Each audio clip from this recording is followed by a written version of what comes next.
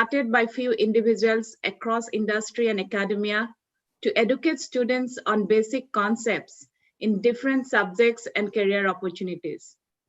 Each educational session consists of a 15-minute long pre-recorded video followed by a live interactive session with the students.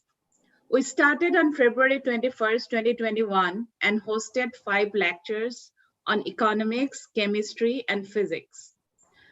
Today's session is a bit different from our usual lectures. As we see, the second wave of COVID-19 took lives of our near and dear ones. We felt it's our responsibility to educate our fellow citizens to fight the disease by learning from the experts across the globe. We are gathering here today to leave this platform with a positive note. COVID-19 taught us one thing, that we are together. We can't just look after ourselves and ignore others. It should be a collective effort in terms of surveillance, preparedness, and prevention. A few days back, I read an article in the New York Times. It says, India is a story of scale and it cuts both ways. It has a lot of people, a lot of needs, and a lot of suffering. But it also has a lot of technology, industrial capacity, and resources, both human and material. Currently, doctors, nurses, and other essential services people working tirelessly to save human lives. At the same time, India is facing an acute public health crisis. As a citizen, what is our responsibility? What can you learn from doctors and public health professionals, from virus to vaccination to mental health? Without further ado, I would like to pass on to Miftahur to give technical details of the session. আশা কৰো আপোনালোক সকলোৱে এই কথোপকথনৰ যোগেদি উপকৃত হয় আৰু আমাৰ যদি কিবা ভুল ত্ৰুটি থাকে ক্ষমা কৰে যেন ধন্যবাদ Thank you. Yeah, hi. Thank you, Sangamitra. And warm welcome to all the distinguished panelists. And thanks to our audience who have logged into this almost 3 different digital medias. So we are live on Zoom, FB, and also YouTube. So I'll just briefly touch upon the technical aspects that we are housekeeping aspects that we need to take up. পোনপ্ৰথমে মই zoom audience সকললে জনাম যে যোনখন audience join কৰিছে নিজৰ নিজৰ ভয়েসটো যাতে মাইকটো যাতে অফ কৰি ৰাখে আৰু ভিডিওটো যাতে লগতে অফ কৰি ৰাখে যাতে এই কেতিয়াবা আপোনাৰ ইকো হৈ যায় আৰু ব্যান্ডউইথ ৰিও হয় বাৰ্স্ট হৈ যায় সো হেতুটা কৰি ৰাখিলে আমি ঠিকে ঠিকে হেৰি কৰিব পাৰিম প্ৰগ্ৰামটো কৰিব পাৰিম তাৰ পিছত হল আমি কোৱেশ্চনছ কেনেকৈ হদিম সো হে কোৱেশ্চনছ হদিবৰ কাৰণে ফেসবুক আৰু ইউটিউব আৰু জুম আটাইসকলক একেলগে জনাইছো কোৱেশ্চন হদিবলৈ কাৰণে আপোনালোকৰ চ্যাট বক্সত আপোনালোকে কোৱেশ্চনটো টাইপ কৰি দিব আৰু আমাৰ কোঅৰ্ডিনেটৰ আছে সব প্ল্যাটফৰ্মতে তেওঁলোকে কোৱেশ্চনছ খিনি লৈ পেলাই এক্সপাৰ্টৰ হাতত দি দিব So পোনপ্ৰথমে এতিয়া ৰিফাত মাননে স্টাৰ্ট কৰিব ইন্ট্ৰোডাকশন and then a small গোটেইজন প্যানেলিস্টে নিজৰ অভিজ্ঞতাৰ কথা এবাৰ ক'ব আৰু তাৰ পিছতে আমাৰ কিউএ সেশন স্টাৰ্ট হৈ যাব so in the meantime আপোনালোকে কোৱেশ্চনছ বিলাক টাইপ কৰা আৰম্ভ কৰিব পাৰে হেৰি chat boxত okay thank you so Rifat মানন নে এটা next হেৰিটো doctor okay thank you. Thank you, Miftahur. It gives me great pleasure to introduce our panelists today. And on behalf of the entire team of 15-Minute Hikkya, I want to take this opportunity to introduce the panelists for today's session. First of all, I would like to introduce Dr. Tapan Saikia, sir. So Tanvir, can you please spotlight, sir? Are you there, sir? I don't, I think he might have stepped out. Anyway, we will Oh, come back. I'm around. Oh, yeah. No, I thought that I should mute myself and stop video for Okay, the clarity, for the clarity purpose. No, Sure. that's fine. So here is Dr. Tapan Saikia, sir. Actually, Dr. Saikia, sir, needs no introduction to the people of Assam, so it's not an over-exaggeration if I say that. And he's a very respected and revered personality, and he has touched the lives of so many people across Assam, and those, many of them who are in this platform today, they know him well. Dr. Saikia is a very renowned oncologist, and he's of international repute.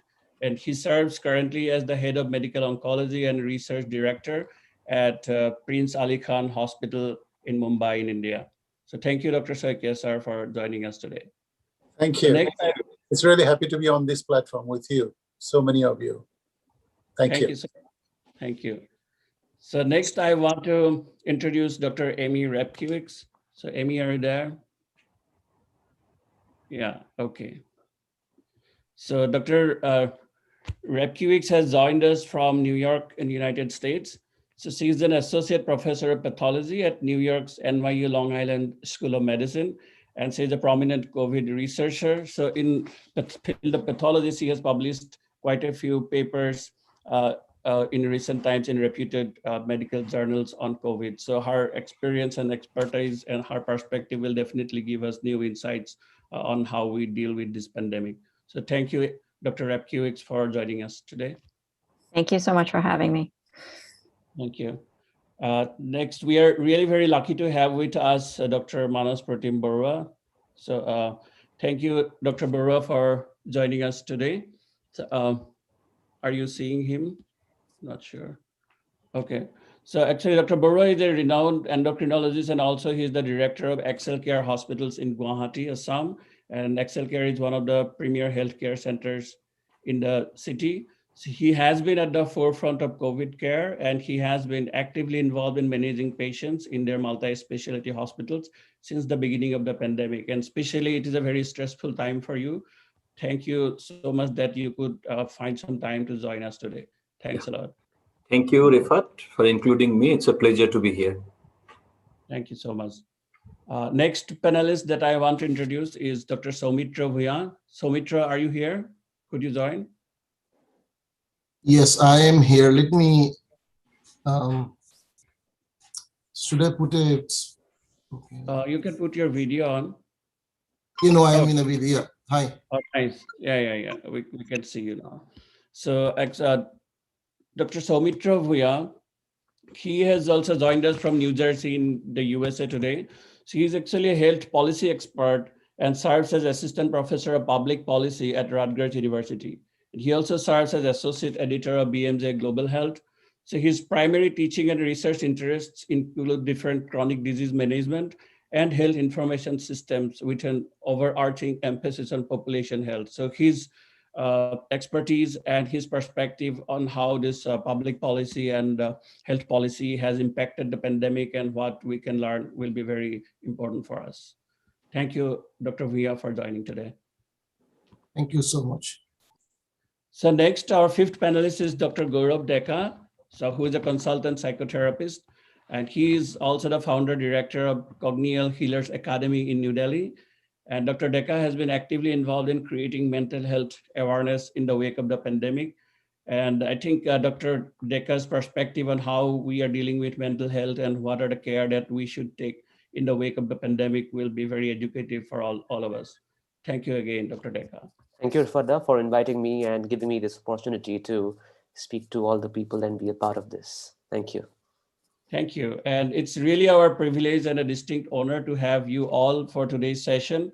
We appreciate your valuable time that you all have spared from your busy schedules on a Sunday and across so many different time zones, especially during this very difficult time. And we cannot thank you enough. We hope we all will be highly educated, and it will be a very enriching experience after this discussion, and will help us all how we can deal with this pandemic in a better way. So thank you all again. So so without much ado, so I think we can go ahead and start the session. So first of all, actually, as Miftah have mentioned, we will have a brief opening remarks. Just it will be a very brief opening remark by the experts, and the main session is the QA session where like everybody can feel free to post their questions and we will answer them. But just for the formality's sake, or so that we can just hear a little bit from each of the expert. So I would like to request Dr. Manaspratim Barua to start, because Dr. Barua, you are at the epicenter of the pandemic in Assam, and you have been, at the forefront of, COVID care, and you are leading it in Guwahati. We can say it, you have so much of experience during the first wave, and now also in the current wave as well. So what's your experience, and what do you think that your advice to the people of Assam? Thank you, Rifat. Actually, am I audible? Yeah. So should I speak in English? I think so. Start in English. Yeah, sure. Basically, being an endocrinologist, the treatment of infectious diseases is not my primary, field. I used to deal with chronic disease. But anyway, in this time, we are all involved as a team. And as of now, I am leading my team of experts in my hospital, specialty hospital. We are having 100 odd patients for a hospital of 150 bedded hospital. It's a two-third beds we are devoting to COVID, because that is the situation here. So I don't want to draw a very grim picture here. I am not saying that what stories we are hearing from our colleagues in Delhi, and what we used to hear from our colleagues, and Dr. Sakia sir can highlight on that also later, from Mumbai. I think I am not saying situation is just overwhelming in Assam, but actually we are a bit stressed to a certain limit. And I think if we continue to have more, spread of infection, then probably we are going to be overwhelmed this whole entire infrastructure, health infrastructure, because there are two reasons. One, very shortly, first reason is that we have more numbers now, and probably this new strain is much more infectious, because for a group of people who are in a location where there is a spreader or person who is spreading the disease, the chances of having more numbers getting infected is in a shorter time is more, number one. And we are now seeing more and more severe cases. That is number two. So more and more people are getting admitted, and more people are going into ICUs. And third point, which is important for us who are in the front line in a treatment in a specialty hospital, is that people who are going to ICU, they are occupying the beds for a longer period. Last year, we used to have an average bed occupation of about 5 to 7 days. Then we have a good result. The patient would come out of that. Now the average stay is about 12 to 15 days. Okay. And that is very stressful, because you don't have enough ICU beds. And if one patient occupies for 15 days, and imagine how many more numbers are coming to your hospital seeking ICU, or they deserve ICU treatment in next 15 days, that number is, that is overwhelming, actually. So I would say that critical setup, this is overwhelming. At a societal level, from an epidemiological point of view, may not be overwhelming as of now, but I think this is the right time to curb the epidemic now, because otherwise all the institutions are going to get overwhelmed. So in short, that is the situation here in Assam. And as of the supplies are concerned, so I think so I should compliment the local authority. So they have made a right balance of supply and reinforcement. So we have got just adequate oxygen supply, and we are reinforcing every day. And we have got just adequate remdesivir, although there was some shortage, but then it has been replenished. And I think that from the medications and supply point of view, I think we are just doing okay. So that part is quite clear. I think I should compliment the local authorities here. Thank you, Dr. Barua. That's very heartening to know, and you could give a good perspective about what's the situation there. So next, I would like to pass on to Dr. Repkiewicz. So Dr. Repkiewicz, Tanvir, can you please focus on Dr. Repkiewicz? Okay, here it is. So you have been in New York, and when the pandemic was at its peak, and you have seen the pandemic from from your eyes, and being a pathologist, so you have a very unique perspective of the pandemic, which many people actually do not understand. And I understand that, like, when being a pathologist myself, that this is different, but it's very unique, and it actually enriches the understanding of the disease. And you must have done you have been involved in autopsies as well, and which has brought to light how basically treatment options are, can be planned in the future. So what is your experience in the US, from the pandemic's point of view, and how you think that this can help people in Assam? And do you have any experience about the virus and its variants that we keep hearing about? So thank you again. Sure. No, thank you. So in terms of New York, the hospital that I was at its peak, we had about, I would say, 95% occupancy of COVID patients in a 598 bed hospital. It was quite severe. Many of those patients similarly were occupying beds for longer periods of time, remaining on ventilators. It seems as though the standard treatments that the patients were receiving both then and now here and in India are similar in terms of antivirals, steroids, and blood thinners. I think that those medications speak to the way that the virus interacts with the body, such that not only does it promote very devastating inflammation, but it also causes the clotting system in the blood to sort of not work properly and promote thrombi within the body. And those clots within the body cause a variety of damage depending on where they are located, whether they're in the lungs or in the heart or in other organs.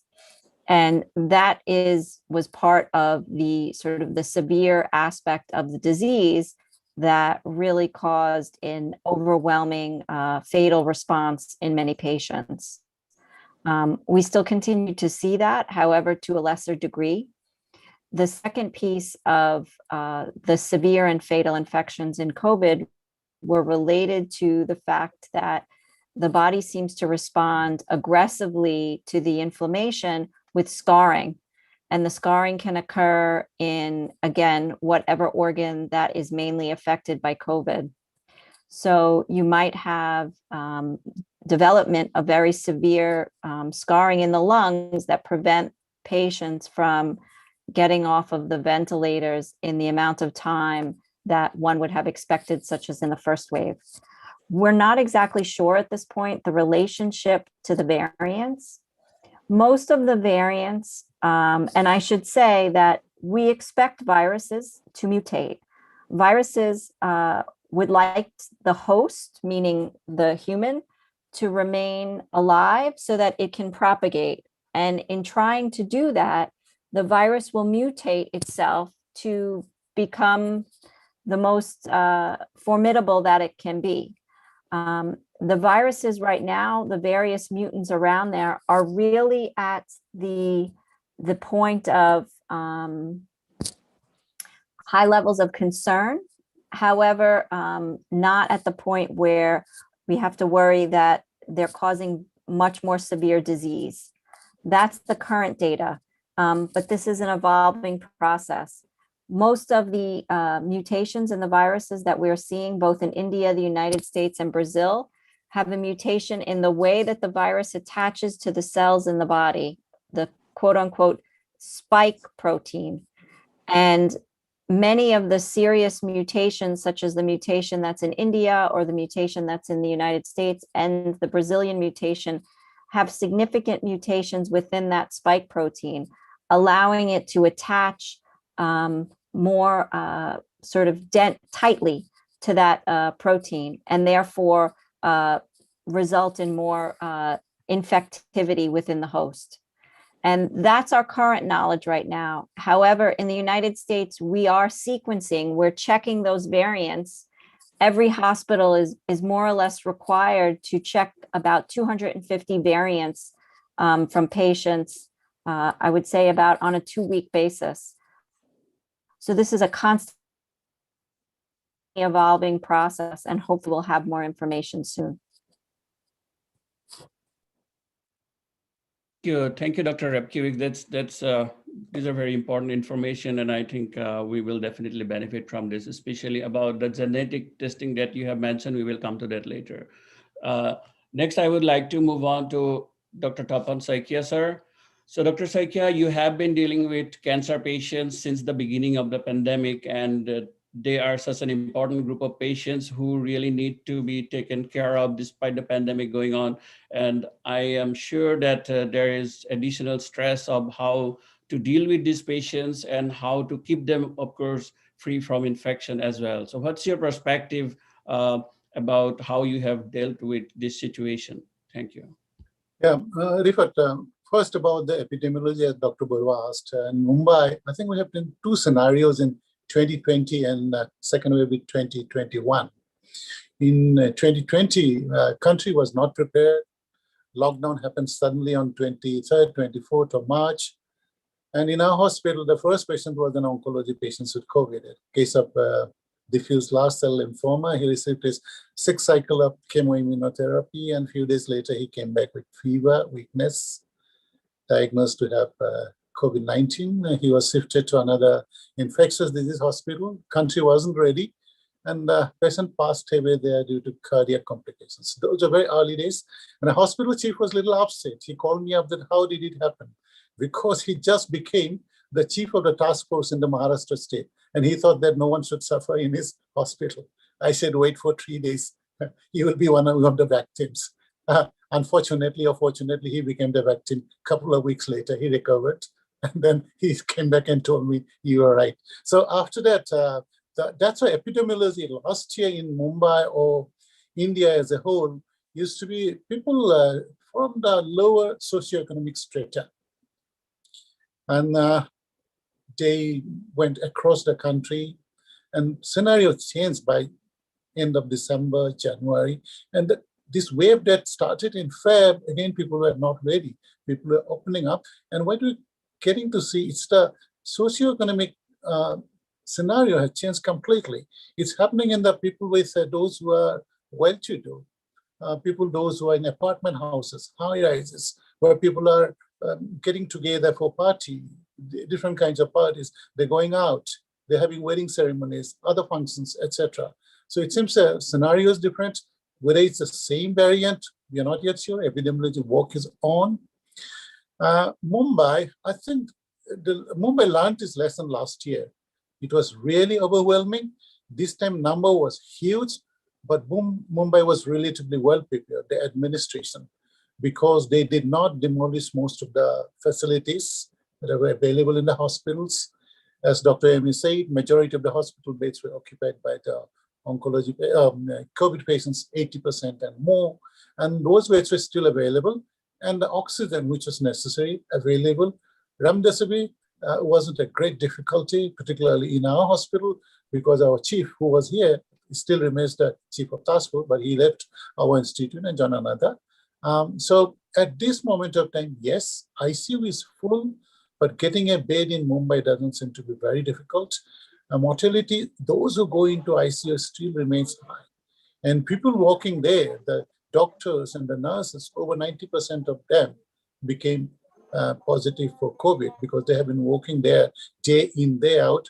Fortunately, nobody has a very serious illness. Everybody has come out and back to their job now. They are continuing to work. It has been very, very difficult.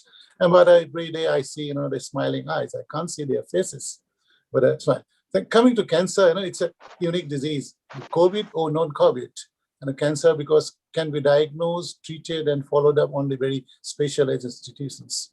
Talking about Assam, the facilities are less. It's focused over 90% of the cases diagnosed and treated only in Guwahati. The rest of the 10% would be in Dibrugarh. And there's nothing else in the state that it's relatively not too small. Length, if you look at it, more than 400 miles. So across the east to west, and people during this COVID, they couldn't travel. Even if they had symptoms, they could not go. Diagnosis is so important. That's for the diagnosis part. because unless a biopsy is done, a pathologist can see and tell the clinician what to do. And surgeries couldn't be done because of the high-risk surgeries, because there were difficulties. Beds were occupied, even if beds are not occupied, difficulties managing these cases. Similarly, follow-ups were equally difficult. And my position is again little unique. Being in Mumbai, nearly 2,000 miles away from Assam, I'm still, umbilical cord is very much alive now, both ways. And then every day people keep asking me their WhatsApp messages, emails, sometimes they call up, different messages, asking about that, this is the symptom, what do I do, where do we go, etc. And then about the vaccines now, we'll come to that later. But now I am trying to convince people to not come out of the state, stay there, because you have good facilities in Guwahati, and also good facilities are coming up in Dibrugarh. Get diagnosed there. You can stay in touch with me. I can't treat you from here, but I can always guide you to see the good doctors. And that's happening. Majority of the people are not coming out. It's not possible to stop everyone from coming. But that's happening now, that we are better off now treating them oncology cases, because over a period of time, all the societies and experts, they took about a month of time to understand the COVID situation. And then though there was a stop for a period, few weeks, how to treat a case of myeloma, leukemias, lymphomas, also solid tumors. But now I suppose we do have protocols how to manage cases. So case by case, disease by disease, we can manage them much better now. We're back to normal in many of the conditions. Thank you. Thank you so much, Dr. Saikia. I think your advice for the cancer patients in Assam will be very useful, and I think they are definitely much stressed at this point. Thank you. So next, I would like to come to Dr. Gaurav Deka. So Dr. Deka, are you there? Yeah. Yes. Yeah. You are a psychotherapist, and you know well how the pandemic is adversely affecting our mental health. And to my mind, actually, I firmly believe that the mental and psychological aspects of the pandemic are probably underestimated. And it has far-reaching and long-term consequences affecting not only patients, which happens with the COVID patients, but with the psychological side, it is affecting everyone and across all age groups, including children. So what do you think that how the pandemic has adversely affected mental health during this stressful time? And what's your advice to people, like how to deal with it quickly? Thank you. I'll just take a moment to share my screen so that it becomes easier for me to present the presentation. Yeah, sure. Yeah. So I prepared this. Just give me a moment. Yeah. So there are a few widespread effects of the pandemic, which are common and perhaps also generic, running across different regions, countries, or places. So because as the pandemic is sweeping across different places and different countries, we can obviously see a lot of stress and worry and anxiety coming up because of the collective trauma. And that is common, that is visible, seen by everyone. But I think most of all what's happening is because, so I live in Delhi myself, and last year in 2020, when the lockdown happened, that is when I started noticing, as well as people started coming in. And I feel that this year, it's way more. The feeling of restriction, being confined, being isolated is way more. So there is more and more loneliness people are experiencing. And I also feel that the term social distancing is a misnomer. It is actually physical distancing, but of course we use social distancing. But then socially, we are trying to connect. Like, for example, right now we are socially connecting. So I feel that this whole idea of this practice of physical distancing, which we need to do anyway, is definitely causing more and more loneliness, because, well, physical connection is a substantial part of human development and mental development as well. And people feel safe and intimate when they are connected. But that is, we can't have that, as a result of which there is more and more loneliness, more and more depression. People are suffering from insomnia also because there is a loss of sense of time. I myself have observed, I get up in the morning and then I do whatever I need to do, but then I make my way to my office, which is in my house. And I look out of the window and it feels as if Wednesday is same as Tuesday and Tuesday is same as Monday. So it obviously, creates an impact on our own sense of time. It feels as if nothing is ever moving forward. And because of which there is a sense of hopelessness that sort of sinks in. And that's why people are not only experiencing insomnia because of a loss of sense of time, but also this whole uncertainty and hopelessness is even more. And in order to cope with these things, many people are going back to their old coping mechanisms, which at least I've seen here just before the lockdown is announced in Delhi. People gather in groups and hounds outside alcohol stores and shops, and then they buy alcohol in lines. So I do see that there is a surge in drug use and substance use and alcohol abuse, which is also, of course, filling up the inner void because there is nothing else to do. What can you do about it now? So you go back to old coping mechanisms, which may not be healthy. And the other part of the group who have completely lost their ability to look forward or have a sense of certainty, which also leads to loss of control and hence more stress, which is exacerbated by, let's say, loss of income, isolation, obviously, bereavement because other people are dying around, and a huge sense of uncertainty is leading to suicidal tendencies in a lot of people. So I'm getting many more clients and patients who come to me with suicidal tendencies than I had in, let's say, 2019 or 2018, maybe. Now, in children also, it's adversely affecting because, connecting to their peers, having friends around, people around is important anyways, evolutionarily, for their mental development and emotional development. And that is not happening. So there is increased irritability, difficulty in concentration or attention. We can see more and more eating disorders in children now at this moment, more anger tantrums. And of course, because that energy of being restricted, bound, confined is so much more in children because they are naturally beings who move around. They experience more and more psychosomatic aches and pains in their bodies. But because my work is currently centered around trauma, so I work with a lot of people who come with the collective fear around. Basically, they don't know what to do with the fear, and they want to understand what kind of effect it is having on their bodies.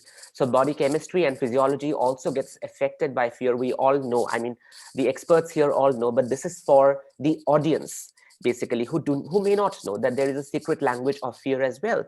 That as we consume more and more media, as we read more and more, watch more and more, which of course is necessary in order to be updated, but as we do more of it, we absorb fear, we pick it up, we relive it, we make it our own, because of which the body goes in a constant state of stress. It's a chronic stress because we have been going through it for the last 1 year. So over a period of 1 year, we have been living in the same kind of stress, which definitely leads to increased influx and release of stress hormones, which means you are constantly living with a high rise of cortisol, which can lead to increased blood pressure, blood sugar levels, your fatigue, irritability, weight gain goes up, and as a result of which it has an adverse effect on your immune system. So yes, it is true that fear does make some parts of our physiology weak, as well as affects our body chemistry.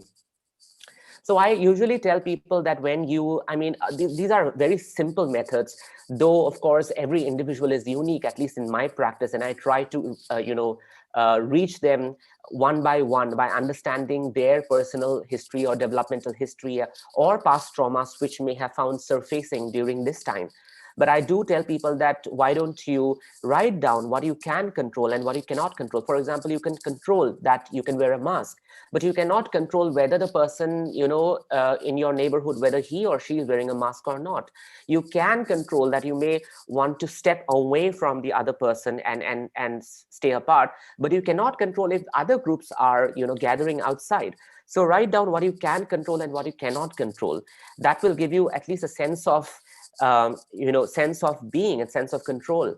Another thing that I've seen is when people feel that there is no certainty at all, they fall apart. So I tell people that deep breathing and meditation are a must during these times, to have a sense of routine, to have a sense of this step leads to the next step leads to the next. For example, I wake up in the morning, I brush and I have my breakfast, maybe I meditate, and then I go to my office space, and then by 5 I finish it off, and then I go back to, let's say, my dinner.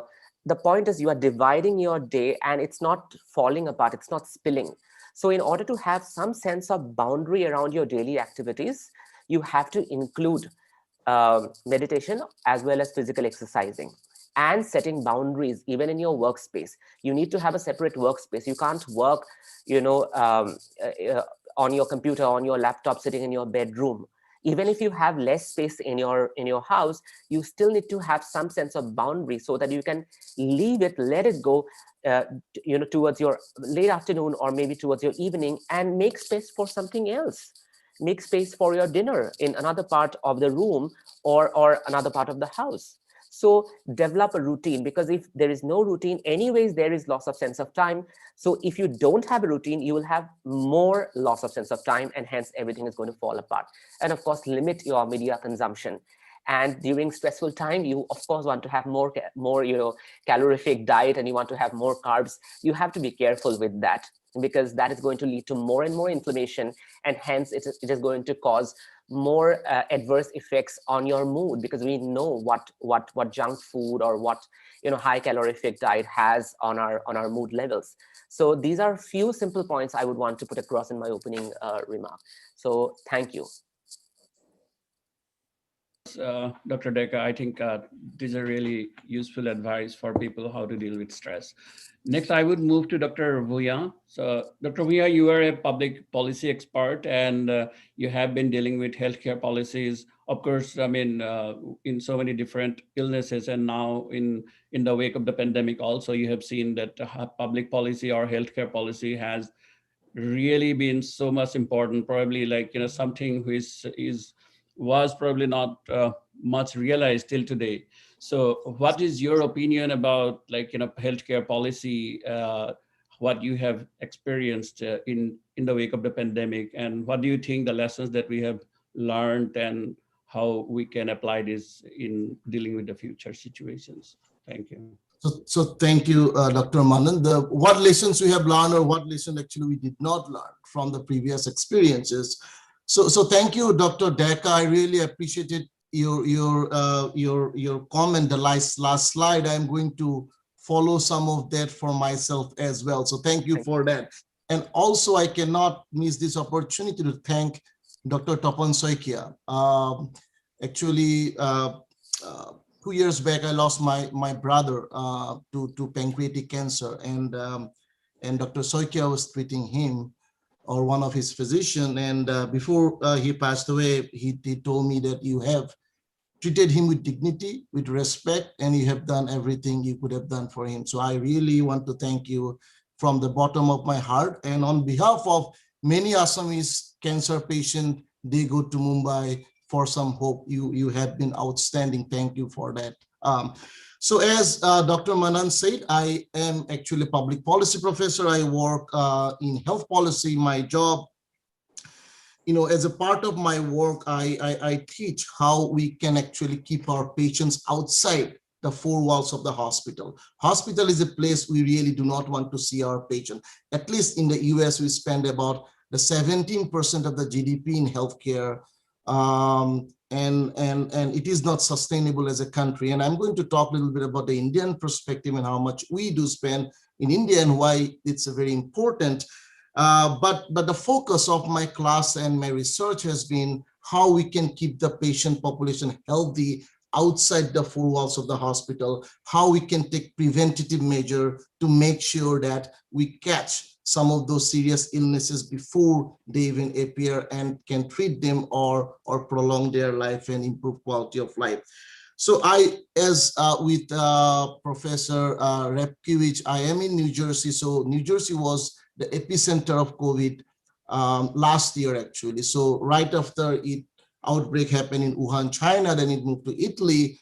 and then it came to the East Coast, the New Jersey and New York was worst affected. So I was very closely actually working with our medical school here, Robert Wood Johnson Medical University Hospital, in understanding some of those different social determinants of health.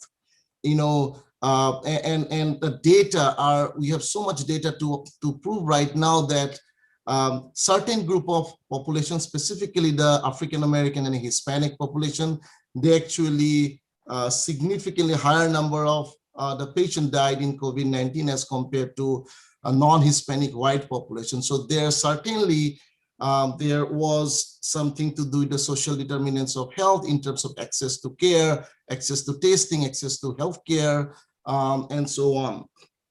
So again, I teach public policy, so some of my comments, some of you may think may have a political criticism. My job is to analyze policy, but there is a disclaimer I want to make. I am one of the advisors for Assam Jatiyo Parishad, so keep that aside. I'll be try to be more objective as possible I can. However, I think there are some of the comments I might make, we need to understand from policy perspective whether they were right or wrong. So one thing I think at the beginning, India chronically underinvested in healthcare. We spend about 1.2% of GDP in healthcare until 2019. So this year in the union budget, they actually increased that, I think, to 2.2 or 2.5%, depending on how we do the estimates. But it has actually significant impact in our public healthcare system, because majority of Indian still relies on their public healthcare system to get access to care. Even though the number has increased to, let's say, 2.2%, but certain areas need significant investment still needs to be done. The second, I think the important issue from policy perspective, in India, the health is a state subject matter. So every state has their own responsibility to make policy, to implement policy, and to address the health concern in their communities or states. But honestly, the states do not have enough technical expertise. And I think COVID-19, we are seeing that how different states are actually struggling to come up with policies, how to really, address the concerns and how to come up with, for example, issues like vaccination. So I think rather than having this top-down approach, for example, ICMR, ICMR is a central entity. ICMR does not have any state feedback in the mechanism how that body is currently formed. So I think rather than having this top-down approach, and as I said, I am a big believer of regionalism, and I believe India is such a diverse country in every aspect of life.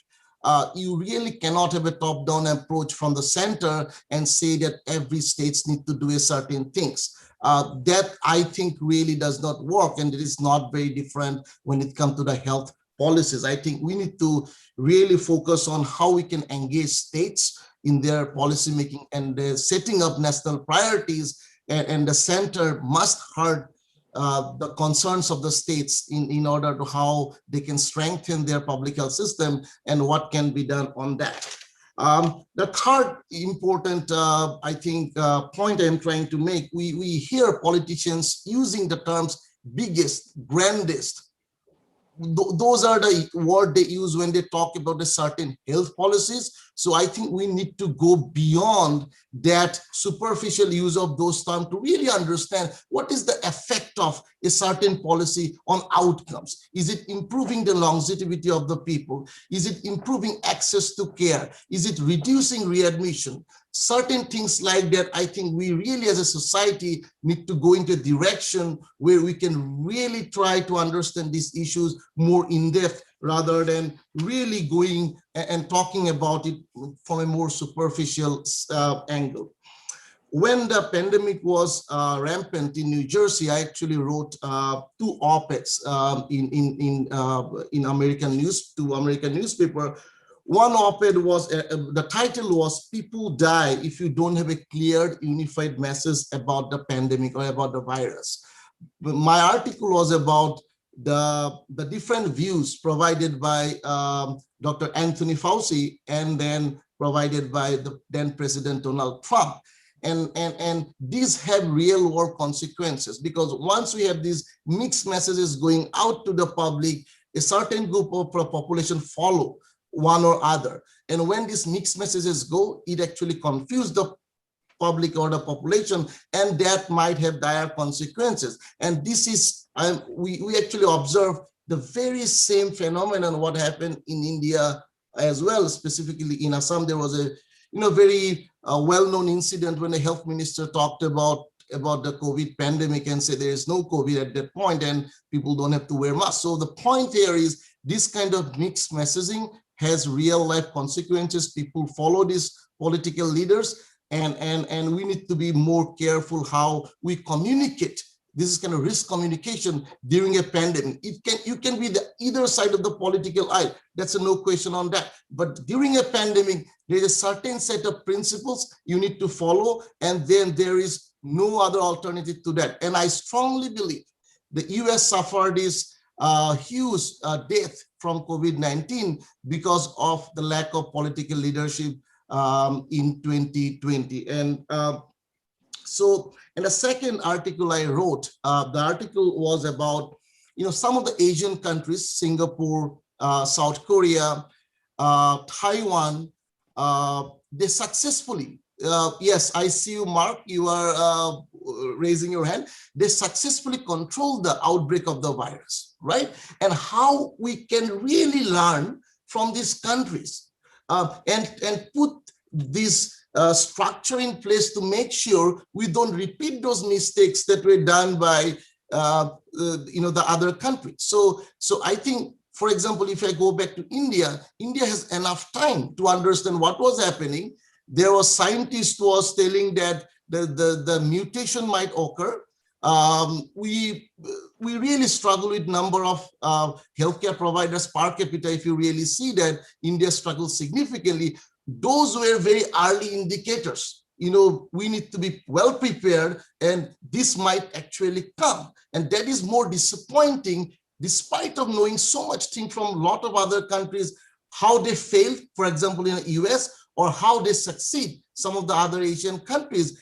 I think the policies and procedures should have been better in place to mitigate this. And I'm furious because some of my family members have passed away, and I know at what circumstances they did pass away. So I I really apologize for my strong wordings here, but that's the reality. The third important point right now is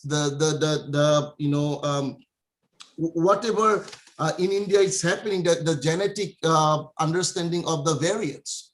So we do not have enough lab right now. I think in India, it's about 0.06% of the cases being tested for their genetic makeup. We really need to understand what actually is happening and how this virus is spreading. We need to understand in a map, like which part of the country, what variant is prevalent, and how some of those vaccines or some of the other, for example, the procedures like lockdowns may be effective against those variants, because some variants, they spread more often than the other variants. So I think as a country, they need to ramp up to understand the variant in the virus. So with that, I'm going to take more questions later on, but those are mainly my introductory comments. And as you know, public policy sees from a macro perspective. I do have a background in clinical medicine, but right now I'm seeing things from more a macro perspective. What are some of the things that are going wrong, and how things can be improved? Again, some of those comments will be more long-term as compared to our practitioners who might focus on short-term, how to treat and recover patients. Thank you so much. Thank you, Dr. Via, for that perspective on public policy. And actually, one of our panelists, Dr. Repkiewicz, has some commitments, so she has to leave soon. So I would like to come back to her quickly. So because Dr. Repkiewicz, so you have been involved in COVID research during this last 1 year. So, I mean, one thing that Dr. Via has quickly mentioned also about genetic testing, and something like, probably we have not thought very seriously in India, and because how the variants, has emerged in different parts of the world. So what's your take on genetic testing of the viruses? Yeah, so I think mutational analysis of the viruses is an essential piece to our continuing fight for a variety of reasons. Not only do we need to think about how the virus is interacting within the human host, but we also need to think about how we're going to change the vaccination process to better adapt to the mutations in the virus, similar to the way that we look at the influenza virus and the vaccines that are present on an annual basis. The stakes are a bit higher with COVID because of the potential for the degree of illness and infectivity that's much greater than in influenza. So, I believe that it is a good process to take random samplings of patients, both inpatients in the hospital, as well as the community positivity rates, to really look at the mutational analysis of those variants to see whether or not we are remaining with the same level of concern variants, or there are changes. There are many variants, such as the variant in India, 617, or in the United States, that have similar low-level mutations, but have a mutation called 484, which is in the spike protein. There are many different types of spike protein mutations. We need to concentrate on how the relationship between in these mutations and how they are mutating towards either becoming more infective or more pathogenic and virulent. It's very resource intensive, though. This is not an easy process, even for my hospital, which is a very large academic center. There are no reimbursement rates from insurance for this, and therefore it becomes the burden of the hospital and of compliance to continue to do these mutational analysis. But I think this is the only way that we're going to better understand the virus and really target the vaccinations for that. The good thing about the vaccinations that are mRNA based is that these are very, very, they're able to pivot and produce vaccines in a more rapid fashion that can address the mutations that are coming along. So I believe strongly that we have to do more mutational analysis. Can I ask you a smart question, Emmy? Sure. Yeah. Actually, as you know, if you look at a medical history of medical literature or whatever, most of the most important information regarding treatment comes from the autopsy, and that there's certain technical difficulties in carrying out autopsies, and there are varieties of various ways the patients are dying, and we are not exactly knowing, although we are the general description is COVID-19 deaths. So are you doing, are you following the protocol of doing autopsy in all your hospitalized in-hospital patients who died due to COVID? Are you doing it? It could be huge numbers now. Yeah, we are continuing to do them on patients that die of COVID. I can say that the patients sort of are in various sort of buckets. We have, more patients that die with very acute lung disease, patients that die with more of a blood clotting sort of, consistent way. And then we have patients that die of secondary illnesses. And then we have patients that die of renal failure, usually due to the damage of the kidneys from different factors. Those are more or less the four types of deaths that we're seeing at autopsy in patients. Any patient then that has other factors, for example, are they immunocompromised because of chemotherapy, or do they have another disease process that puts them at greater risk, or are they obese, for example? They will still be in those phenotypes, but they may die at larger rates. That's more or less what we're seeing. Then the last bucket, unfortunately, are the patients that suffer from complications of the treatment. So then we have patients that may bleed because of the anticoagulation. They suffer strokes and things of that nature. There are rare patients that develop inflammatory reactions in the COVID. A little bit more scientific things like hemophagocytic syndrome or macrophage activating syndrome or things like that, where they have some reason where they develop these very exuberant inflammatory reactions and die related to multi-system disease. We are continuing to do these. Actually, the NIH just put out a grant application that many places across the hospitals have across the United States have applied for, to study not only acute, but also persistently positive COVID patients, such as you described in the hospital. And the funding should come out in May for that. And that is specifically earmarked to collaborate and coordinate all the autopsies in these patients across the country and make a centralized biorepository of tissue to further study these patients. So this is a very active area of research, and I'm happy that the National Institutes of Health are advocating for multiple hospitals to work together to have more of a general fund of knowledge related to these different types of buckets of illnesses. Thank you, Dr. Repkiewicz. There is another question for you. I think I would like to finish with you so that you can leave, that you have to go. So there is a question from one of our viewers. We are seeing microthrombosis. Yeah, so one question is about what actually genetic sequencing will tell us about the virus. So do you want to say that? So yes, so what genetic sequencing tells us about the virus are the way in which the virus is actually relatively simple, in the sense that it has about 4 or 5 main protein components.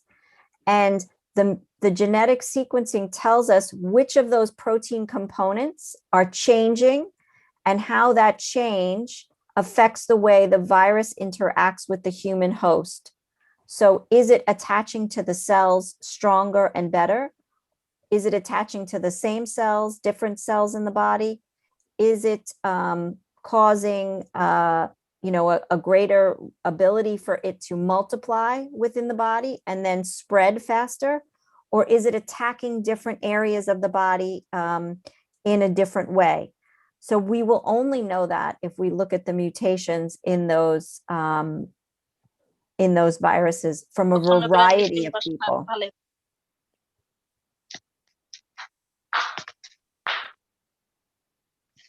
Hopefully that answers your question. Yeah, no, I think so. That really answers.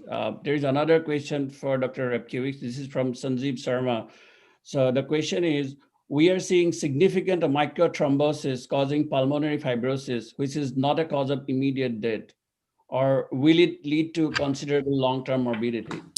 So the patients that we have in a similar situation, I don't know if the thrombosis is actually causing the fibrosis, or it's the activation of specific inflammatory cells by COVID, such as macrophages, that's accelerating the fibrotic process in these patients. I believe that this is probably what's leading to accelerated pulmonary fibrosis and sort of long hauler syndrome. And it's not only in the lungs, but in other organs such as the heart and the brain and the liver. I don't think that the microthrombosis can be a contribution to this, but it may not be directly a cause and effect relationship.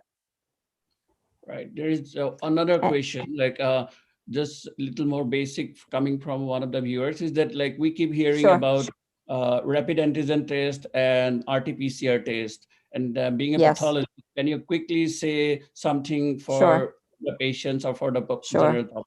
What's the difference between these two? Sure. So a rapid antigen test is exactly the same thing as a pregnancy test in the sense that it's looking for a very non-specific general protein that's produced by the virus. So it's not very specific in terms of its testing capability. And that's okay in the sense that it's better than nothing.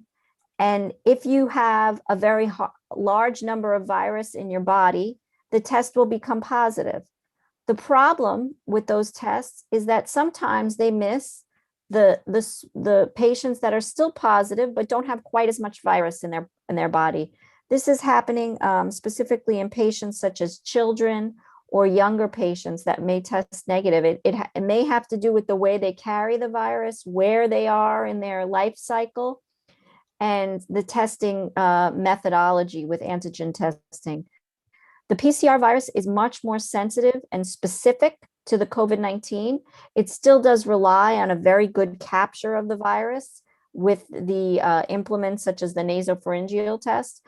And with the PCR test, you could not only pick up the whole virus, but pieces of the virus. So it will tell you not only it will tell you where that person may be in the timeline of their virus infectivity. So we've been doing serial PCR tests looking for the amount of virus and things of that nature to help us sort of understand how infectious a patient is. I wouldn't say that, the antigen test is bad.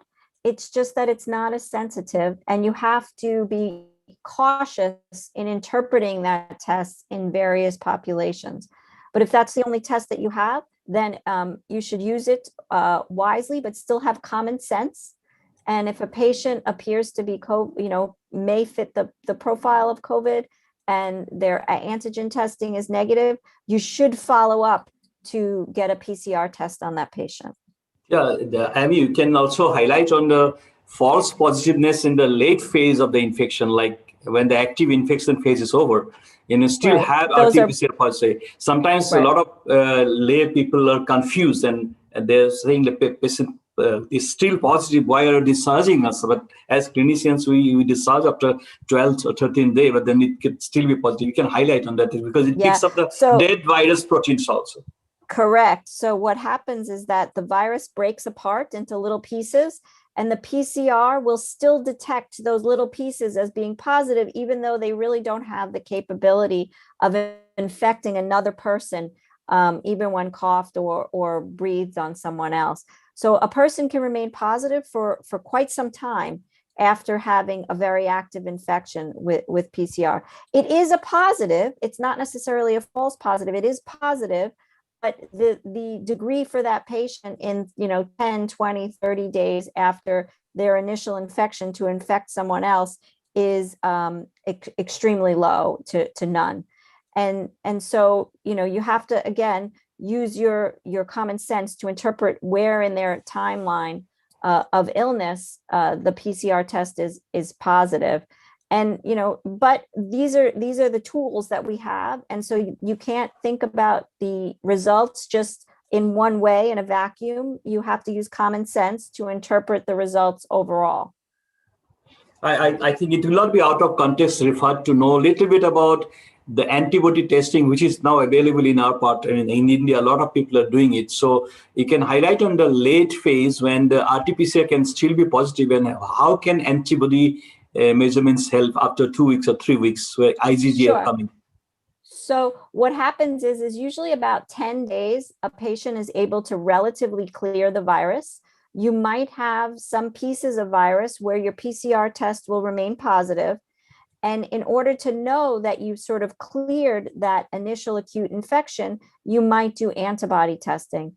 The antibody testing at first will be positive for an antibody known as IgM. That's the very early antibody. And then after about 2 weeks, your positivity will change to IgG. And if you have a positive PCR and an IgG, you can feel very confident that you are in the later stage and not necessarily infectious at that point. I would like to make one little caveat that patients can still get reinfected. And so, you have to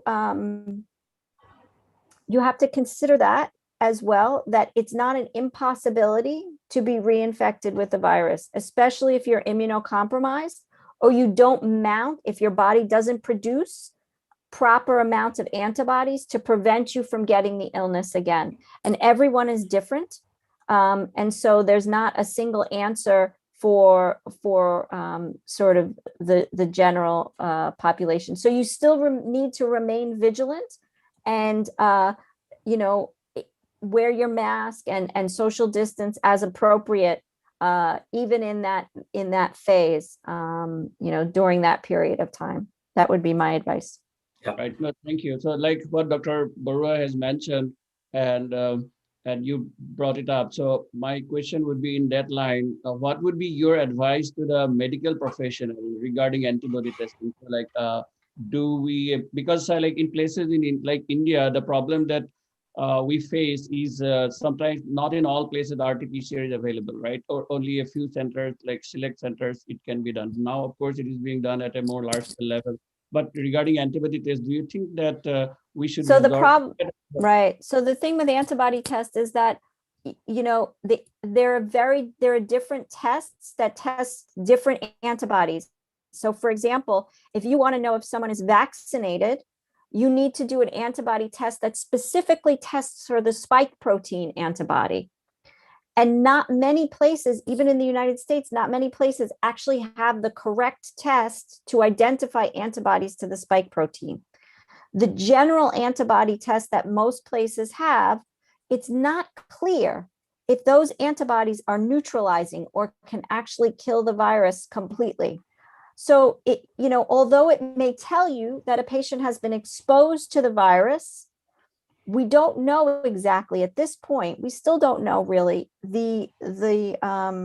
what it means to have antibodies, except for the antibodies to the spike protein.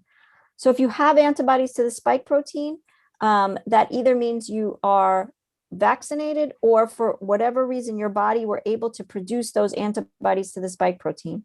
All other antibodies that are being tested and are in your body, it's unclear what they actually mean in terms of the ability to fight the illness. That those studies are still being done.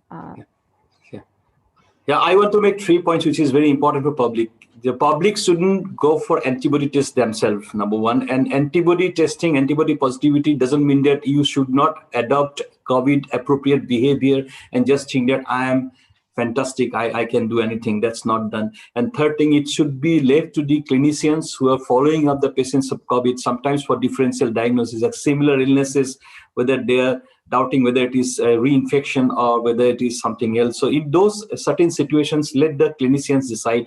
I don't think it should be left to the public to decide that they themselves walk into a lab and go for antibody test as of now. Yeah, so and the antibody tests that are sort of on the little plastic things where you just put a dot of blood are not very reliable. So the ones that you can buy in the general public, where you test yourself at home, I would caution people to interpret those tests because they are not very reliable, and it may give you a false sense of security that you have antibodies and therefore you are protected against getting infected. I would agree with you. That's really good to know the science behind antibody tests. And I think even in the medical fraternity, sometimes when we discuss, we hear that, like, I mean, if we do the antibody test, probably like, we feel good about it. So as you said, it's a false sense of security, probably. So one question for you, which is a little different. And again, going back to the genetics, I would let you go. Sorry, just one last thing. That's okay. So sorry, because your inputs have been really very helpful to understand the different lab tests that we keep talking about. So Dr. So the question is from Paban Sahoria. So the question is, can an RNA virus change itself into a DNA virus by successive mutation? I am unaware of the ability for an RNA virus to do that. I'm trying to think at the moment if there are any examples of that. And I cannot. think of an RNA virus that would be sort of a shift. I cannot think of an example of that. Right. It's Yes, something sorry, of go science fiction from particle physics, Leo. Yeah, I cannot the particles think. can change nomenclatures. But I don't think as of now we have the evidence that they can change that easily. And then they don't need to actually. It's not to their RNA biological viruses. advantage. Yes, that is true. Thank you very much for including me. And please reach out if anyone needs any further clarification or answer any questions. Thanks a lot, Dr. Repchivik, for joining us today. We appreciate it. Thank you. And, so actually today in the QA session, so we have a guest from Taiwan. So Dr. Mark Chenchin, are you there? I'm here. Yes, I'm here. Okay, sorry, Yeah. thank you for joining. So he has stayed awake. So this is quite late for you right now, I guess, right? It's okay. I think every India friends knows he's thank coming you. to Actually, noon. as we say that it's a time, and actually Dr. Via has mentioned that it's a time that we learn from each other, and Taiwan has really set the mark early on that how they have dealt with the pandemic. So Dr. Chenchin, sir, can you please share your perspective Yes. quickly? I want to share Taiwan's story about our experience. So because the condition is totally different from India, but I think India can think about this reflection because Taiwan has been a good story to tell you, yes, COVID-19 can control, but indeed from our recent outbreak, we tell you, yes, we can control because we do early strict border control and we certainly have a political consensus and core center to control everything. And we have public discipline so we can reach the well control in the past year. But we are human beings. So we will make mistakes because we are in a paradise. So we are easy to lay down our shield. We are easy to careless to make mistakes. So recently our pilots, our border control getting very loose. So our pilots, they didn't follow the quarantine policies.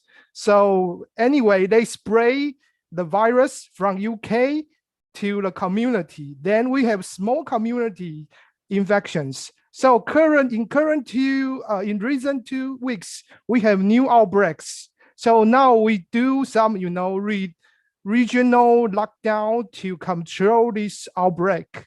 So this story tells you why we now get into failure, because even you very good control, you do very strict border control and public discipline.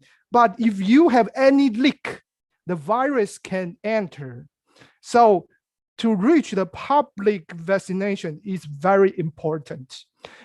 Echo to Anita's question. Anita asked me about if you are in Taiwan or in South Korea, we are in, relative well-controlled area. Do we still need vaccination? I will tell you, yes, we need.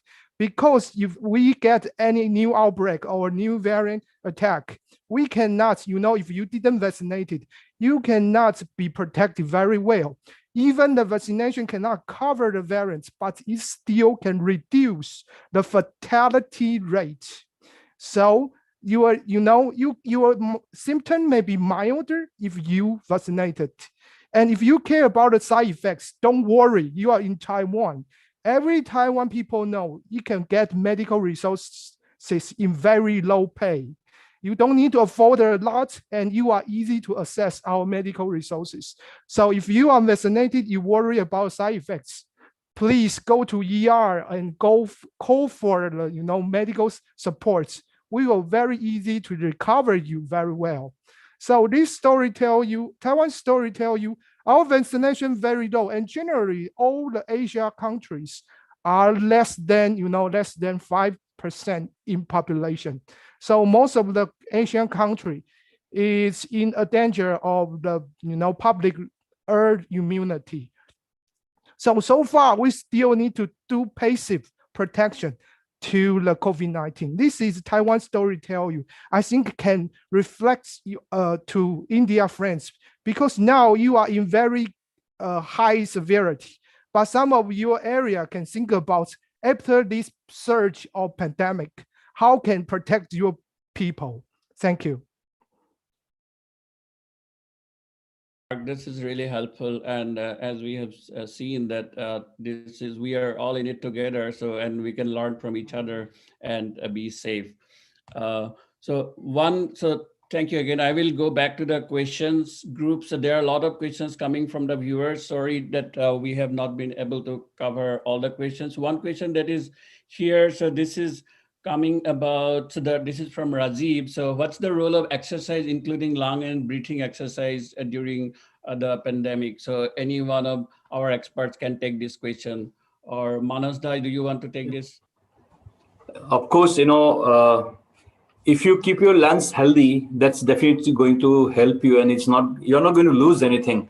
So one is that you can look at your lungs capability of holding the air, how many seconds you can start holding it, and you can practice it, and you can increase it while sitting at home or looking at television. While looking at this particular session also, maybe you can start with 15 seconds, and tomorrow you can target at 17 seconds. And a very famous pulmonologist who was one of our consultants and teachers, and I refer you would be knowing that Arvind Kumar from AIMS, Right. I guess. He that day he has a YouTube site, and he says that that is one way to prepare your lungs for the onslaught which might come to you.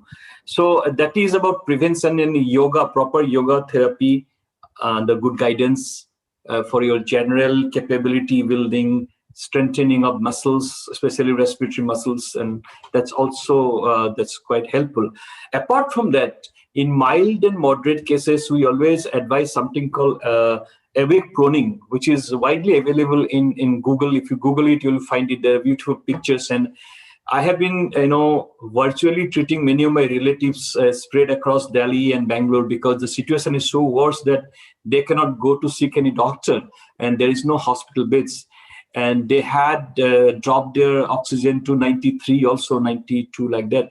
Simply by doing this awake proning consistently, they have been able to maintain it above 96%, and that is in a safe zone. So I think that is something which you should practice if you are a COVID patient staying at home or taking home quarantine. Apart from then, when we treat the acute phase of COVID, and from the second week onwards, or maybe third week onwards, when the active infectivity goes, we try to prescribe some breathing exercises like blowing, or sometimes in severe cases we ask the chest physiotherapist to come, and that is a long drawn process. Even as outpatient follow-up also, we teach them physiotherapy. That is for extreme cases. That is a medical part I'm not talking about now. But for lay people, general public, I think I should tell you that one, prevention by yoga and breathing exercises like breath holding simple.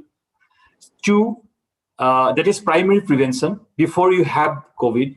Secondary prevention at the level when you have mild disease or moderate disease by doing awake proning. And third is the tertiary prevention, which you have to leave to the hands of physiotherapists, chest physiotherapists. So these are three levels of exercises which can help you. Thank you. Actually, just one quick thing that there are many questions coming in Assamese. So, with due apology from Mark Chen, we have to speak in our own language. So one question is coming for Dr. Topon Saikia. So, Dada, apnale eta prashna khudise Hridoy Bordole that tekhetor কোনোবা এজনৰ prostate cancer হৈছে অসমত আছে, so তেওঁৰ কাৰণে আপোনাৰ কি advice, মানে কি কৰিব লাগে তেওঁ কোভিডৰ কাৰণে মানুহে এতিয়া ট্ৰিটমেন্টটো লবই লাগিব? ৰিফাত কি কৈছে অকল কোৱেশ্চনটো সেইটোৱে, prostate cancer কি কৰিব লাগিব? আমিতো ক্যান্সাৰ চিকিৎসাৰ কথা আজি নাপাতো, আমি কোভিডৰ লগৰ কথা, কিন্তু দুইটাই সংযুক্ত হৈ আছে। ট্ৰিটমেন্ট কৰিবই লাগিব, ট্ৰিটমেন্ট ক্যান্সাৰ হৈ নাথাকে কোভিডৰ কাৰণে। সেইকাৰণে ভাল হস্পিটেললৈ যাব লাগিব, ইউৰোলজিষ্ট তেখেতে গাইড কৰিব। prostate cancer ট্ৰিটমেন্ট হ'ল কম্বাইন্ড মডেলিটি ট্ৰিটমেন্ট, অনকোলজিষ্ট লাগে, সাৰ্জন লাগে, মেডিকেল অনকোলজিষ্ট, ৰেডিয়েশ্যন অনকোলজিষ্ট, অৰ্থোপেডিক ডক্টৰৰ প্ৰয়োজন হয়, again rehabilitation provision বহুত kind of pain management vaccine লব লাগিব treatment cancer patient নিশ্চয়কৈ vaccination লবই লাগিব যদি কিছুমান মেডিসিন লৈ থাকিলে ধৰক কন্টিনিউয়াসলি স্টেৰয়েড লৈ আছে কৰ্টিকোস্টেৰয়েড লৈ আছে কেতিয়াবা prostate cancer লাগে তেতিয়া হয়তো আপোনাৰ ইমিউনিটি কিমান বাঢ়িব কোভিড ভ্যাকচিন লোৱাৰ পিছত সেইটো এটা প্ৰশ্ন আছে কিন্তু যেনেকৈ ডক্টৰ এমিয়ে ক'লে ডক্টৰ মানুসেও কৈ আছে যে something is better than nothing because vaccine দিয়াৰ মেইন প্ৰয়োজনটো হ'ল উদ্দেশ্যটো হ'ল আপোনাৰ যদিও কোভিড হয় তাৰ যাতে সিভিয়াৰিটি বেছি নহয় আপুনি হস্পিটেললৈ এডমিট হ'ব নালাগে আৰু তাৰপা ডাঙৰ যাতে হেৰি অনিষ্ট নহয় সো আপুনি আৰম্ভক গুৱাহাটীত বহুত সুবিধা আছে আজিকালি ডিব্ৰুগড়টো পাৰে prostate cancer কাৰণে আগবঢ়ক বাকি কোভিডৰ কাৰণে আপুনি উপদেশো তাতেই পাব another question আছে ডক্টৰ গৌৰৱ ডেকালৈ the প্ৰশ্নটো হৈছে এনেকুৱা যে ইংৰাজীতে আছে বাৰু kindly state how psychological stability help in defeating COVID-19 well অসমীয়াত কওঁ নে ইংলিছত কওঁ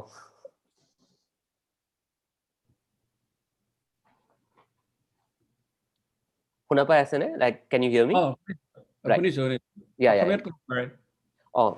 So I'll try to mix up both and so defeat শব্দটো বাৰু হিমানখিনি ক'ব নোৱাৰো defeat কৰিব পাৰিব না নাই but of course preventive measure আমি সবেই ল'ব পাৰো যেনেকে বাকিবোৰ এক্সপাৰ্টেও কৈছে যে prevention টো আগতে more important than anything else at this moment so যেনেকে মই ক'লো যে how fear also affects us so the body probably remains in a constant state of terror and fear secondly there is also a lot of restrictions so you can't move right so both the fear and lack of movement is creating this sense of tightness in the body everywhere so jetia a tightness too it is chronic over a period of time then it becomes like chronic stress now a chronic stress took we have to give another message to the body ulta message eta opposite message eta dibo lagibo je no the body is also in a state of relaxation it is also in a state of peace it's also in a state of calm and ki body natural state to hoy goise stress so there are a lot of people who also gets addicted to stress hormones so now we have to create an opposite effect of that opposite effect to koribor karone ami hoyto meditation korilu deep breathing korilu exercise korilu progressive relaxation korilu এইবিলাক কৰিলে কি হয় যে বডিটো এটা opposite ষ্টেটলৈকেও যাবলৈকে পায় from the chronic stress state so that helps us to maintain a state of equilibrium for the body also a sort of physiological harmony for the body so tetia it definitely is a good preventive measure to allow your body be in a state where it can of course combat forthcoming infections I think that's good to know. Another প্ৰশ্ন আছে so I think hetu Dr. Khomitra Bhuyai lobo paribo je will the Dr. Rupam Sarmai hudise প্ৰশ্নটো that will the vaccines developed so far give protection against the mutated strains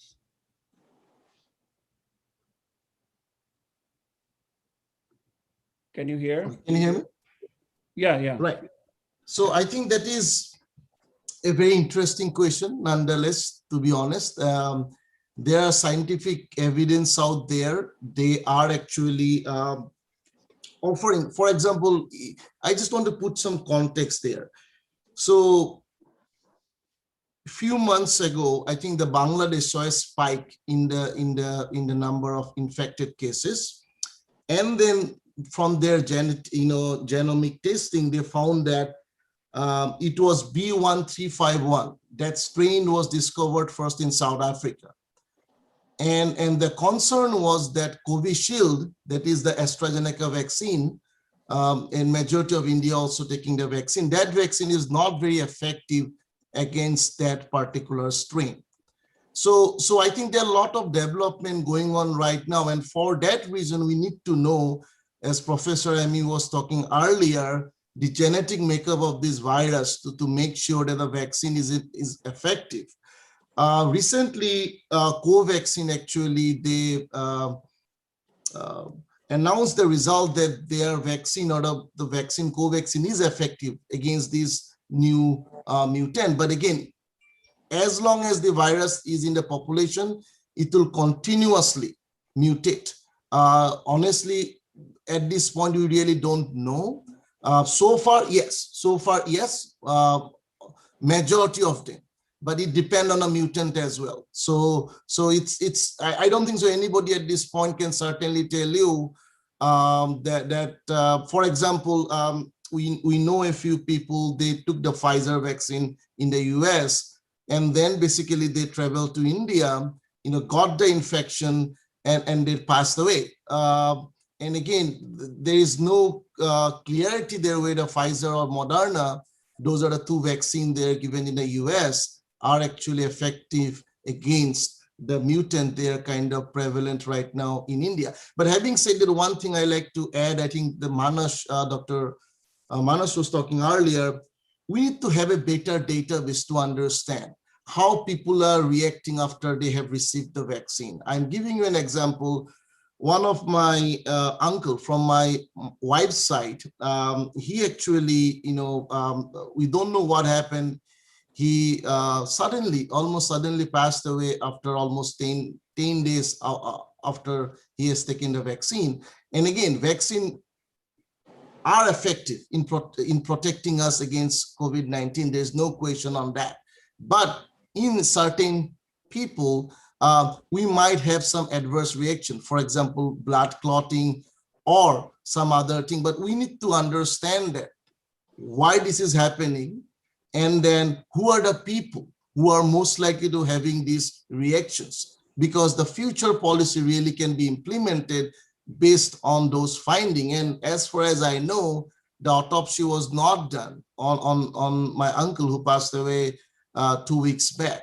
So I think we need to have better data to understand not only the variant or which part of the country what variant exists, but also we need to have a database of how the people who are getting those vaccine, infection after they receive the vaccine, how their outcomes look like. And one thing, there is maybe a coincidence. Sometimes what happens, sometimes we go and take vaccine, we stand in long line, we get the virus from that exposing ourselves to the other people in those long lines, but it has nothing to do with the actual vaccine we receive. So there are a lot of moving parts here. And I think we need to have more clarity in terms of having the data to understand specifically among the people who are who received the vaccine and showing some symptoms later on, and then how these people are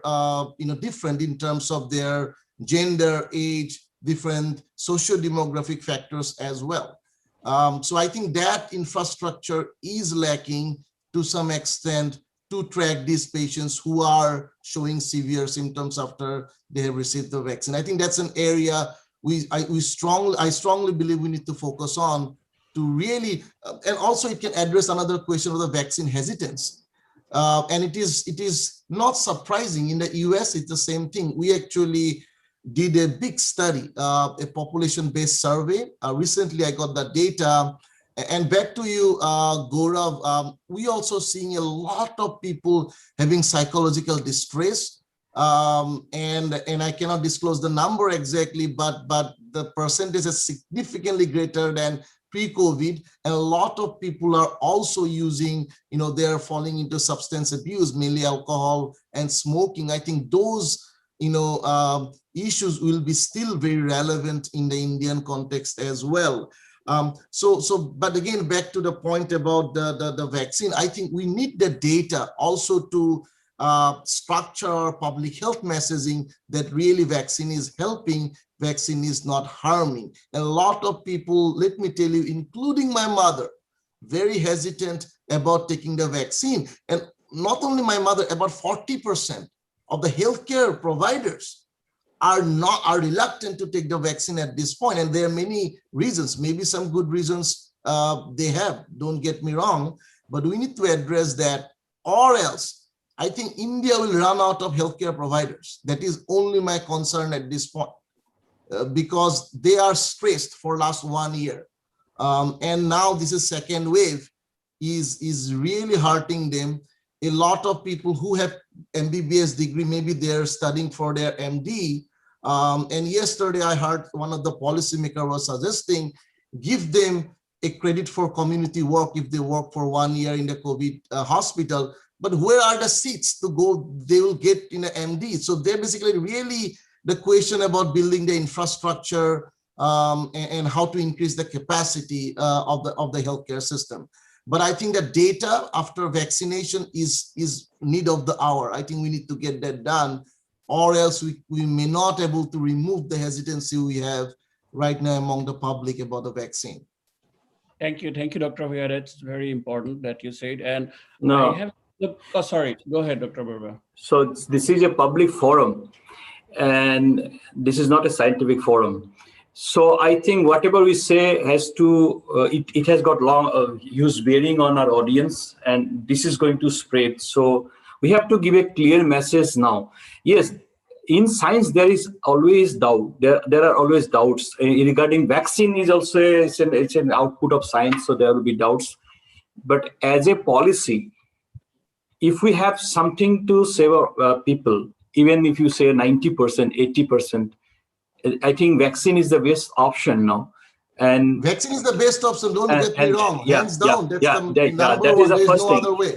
And taking the vaccine is not only a personal benefit, it's not only a personal goal you're setting, like I need to take the vaccine, but it is also a national goal. Unless each and every person is vaccinated, your economy is not going to get back. You cannot travel, you cannot do business. But if you vaccinate, you leave aside 10% of the population at risk, but still everything is going to run. Life is going to become normal, at least to start with. And then you can always talk about the limitations of vaccines and etc. I'm not talking about the limitation. What I'm saying is that we need to have better data to just see the trends, what is happening. Yeah, that's true. That's true. That's true. Vaccine is that there is no other question on that. That is the only way, as you said, we get back our economy, we'll travel. The benefits outweigh the harm by absolutely 99%. I'm not questioning on that. But just to remove the hesitancy, because people have some kind of questions, if you really can show that with the data that that patient died because of the other comorbidity, it has nothing to do with the vaccine. Some patients are getting because they're standing in long lines or whatever that. So I think that message can get more clarity. And I completely agree with you, Dr. Borwa. There is no denying this is the only way out from this pandemic. There is absolutely, I am spot on, I agree with you on that. Thank you so much. So there is a question for Dr. Saikia. So the question is that, do you think that the cancer patients have particular risks that they have to be careful during COVID? And do you have any specific advice for the cancer patients about COVID protection? Should it be in Assamese or English? Cancer is বহুত ধৰণৰ cancer আছে যদি আমি সমূহীয়াকৈ কওঁ cancer তেনেহলে নিশ্চয়কৈ আছে কিন্তু cancerৰ যেতিয়া বেলেগ বেলেগ cancer ধৰি লওক আমি lung cancer হল stomach হল ovary হল colonৰ হল brainৰ হল lungsৰ হল সেইবিলাক আমি solid tumors বুলি কওঁ বাকি যিবিলাক তেজৰ হয় blood related cancers দুইটাৰ পাৰ্থক্য আছে কাৰণ immune systemৰ blood related cancer বিলাকত immune systemটো খুব সোনকালে ডাউন হৈ যায় অসুখটোৰ কাৰণে আৰু চিকিৎসাৰ কাৰণে steroid লৈ থাকে immunosuppressive medications লৈ থাকিব লগা হয় transplant কৰা কেছ বিলাকতো তেনেকুৱা হয় kidney transplant heart transplant liver transplant bone marrow transplant so সেইবিলাকত কি হয় immune system to down যেতিয়া immune system to down আপোনাৰ viral infections as an oncologist মই daily infectious disease treat কৰিব লাগে bacterial fungal viral covid কৰা নাই কাৰণ মই oncology patient খিনিক মানে ignore কৰিব বিচৰা নাই সেই কাৰণে মই covid treatmentত নসুমালো বয়সো নহয় এটো বয়সত কোভিডৰ ওয়াৰ্ডত থাকিব নোৱাৰি so সেই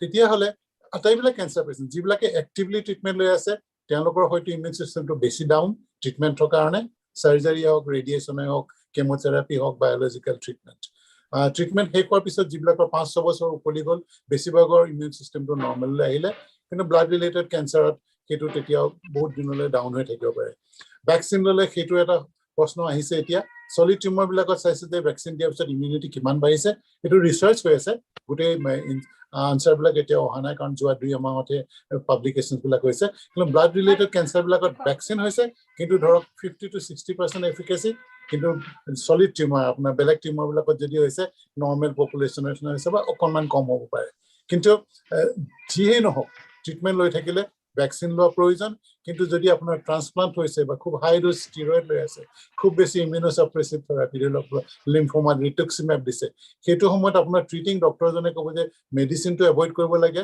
যদি এভয়েড কৰিব লাগে আপোনাৰ ভ্যাকচিনটো কোনোবা সময়ত লাগিব এইবিলাক আমি শিকি আছো দৈনন্দিন শিকি আছো এটো নহয় যে আজি গোটেইখিনি প্ৰশ্নৰ উত্তৰ মই আজি জানো কিন্তু সেইবিলাক আমি চাই আছো কিন্তু ভ্যাকচিন লবই লাগিব মানুহে কিন্তু ভ্যাকচিনৰ সময়ত মই বিশেষকৈ ব্লাড ক্যান্সাৰ বেছি যেটা চিকিৎসা কৰো বা লিম্ফোমা ট্ৰিটমেন্ট কৰো সদায় এটা নতুন ডিসিশন ল'ব লগা হৈছে সো ধন্যবাদ গতিকে আপোনাৰ আই থিংক আপোনাৰ যেটো উপদেশ সৰ্বসাধাৰণৰ কাৰণে যে ক্যান্সাৰ যিয়ে হৈ নাথাকক ভ্যাকচিনটো লবই লাগিব আৰু ধৰক মানে দৰকাৰ হলে তেখেতৰ যিজন অনকলজিষ্ট আছে তেওঁৰ লগত কথা পাতি লব লাগিব নহয় জানো হেতু আপুনি ক'ব নিশ্চয় right So thank you.